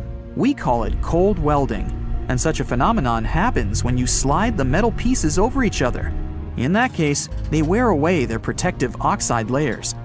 On Earth, these layers stop them from fusing, but in space, this type of protection disappears. That's why the electrons from one piece of metal just flow into the other piece. And ta-da! They're one without any effort. Scientists used to believe the Earth was the only planet in our solar system with tectonic activity going on. Tectonically active means plates under the crust are moving. This process releases heat, which then deforms the Earth's surface and leads to its shrinking. But now, we know this happens on other planets too. Mercury is also shrinking, and scientists found it out in 2016 when the Messenger spacecraft orbited the planet and sent back some important data. It revealed that there were cliff-like landforms known as fault scarps on Mercury's surface. Since these landforms are relatively small, they probably didn't form that long ago. That means Mercury is still contracting, even 4.5 billion years after our solar system was formed. Jupiter's Great Red Spot is shrinking as well. It's a huge storm that rages on the planet's surface. It's reddish, a bit oval in shape, and more than 10,000 miles wide. Yep, that's big enough to swallow the Earth. And now, it's been slowly but surely shrinking for a couple of centuries. The Great Red Spot is just one of many high-pressure storms that occur across Jupiter due to all those gases present there, which is something that classifies Jupiter as a gas giant. But just because it's shrinking doesn't mean the Great Red Spot is going to blow itself out anytime soon. It's even growing taller. In 2007, astronomers spotted a massive 54-ton asteroid roaming space relatively close to our planet. But later they lost track of it. That's why the space rock was declared a lost asteroid. Almost 2 decades have passed since then. And in November 2023, a report claimed that the lost asteroid, aka 2007 FT3, might hit Earth in 2024. Such news sounds ominous. But how true is it? Well, NASA disagrees. The U.S. Space Agency has refuted the worrying claims. This statement was issued in response to the announcement that there was a 1 in 11.5 million chance of the asteroid striking our planet on the 5th of October, 2024. The space agency states that at any time in the next century, there are no known asteroids that could pose an impact threat to Earth. NASA and other space agencies are watching the skies nonstop, determined to find, track, and categorize asteroids and NEOs near Earth objects. Hundreds of millions of rocks orbit the Sun within the asteroid belt between Mars and Jupiter. But only some of them come relatively close to Earth. NASA classifies asteroids orbiting within 30 million miles of our planet as near-Earth objects. Inside this group, there are particularly worrisome objects. Those are so large and orbit so closely to our home planet that they might turn into a real threat to the world should a direct collision occur. Luckily, the larger an asteroid is, the easier it is for our planetary defense experts to find it. The orbits of the largest space rocks around the Sun are normally well known and determined for years and even decades. At the moment, NASA is keeping a close eye on an asteroid named Bennu. It's a fairly large space object reaching 1,610 feet across. It might smash into our planet in 159 years. According to experts, the asteroid, which was first spotted in 1999, is quite likely to drift into the orbit of our planet. If it happens, it might collide with Earth by the 24th of September 2182. Asteroid Bennu is thought to be taller than the Empire State Building. If it hits our planet, the collision will release 1,200 megatons of energy. That's an enormous amount of energy that nothing built on Earth could produce. But even though Bennu's chances of colliding with Earth are quite low at the moment, the space rock has still been categorized as a potentially hazardous asteroid. All because it might come as close as 4.65 million miles from Earth. That's the reason why it's also classified as a near-Earth object. Asteroid 99942, 942 Apophis, also known under the dramatic name of the God of Chaos, is another space body we'd better watch out for. It's a near-Earth object about 1,100 feet across. It was discovered in 2004, and at first it was identified as one of the most dangerous asteroids ever detected. Apophis gained notoriety very fast. It was believed to pose a serious threat to Earth. Experts predicted that it would come uncomfortably close to our planet in 2029. Luckily, after a more careful examination of Apophis and its orbit, astronomers concluded that there was no risk of the asteroid colliding with our planet for at least a century. The risk of an impact in 2029 was ruled out completely, as well as the potential impact that could be caused by the asteroid's close approach in 2036. Interestingly, until March 2021, there was still a small chance of a collision in 2068. But then, Apophis made a flyby of Earth, and astronomers took this chance to use powerful radars to estimate the asteroid's orbit around the Sun more precisely. This allowed them to rule out any impact risk for at least the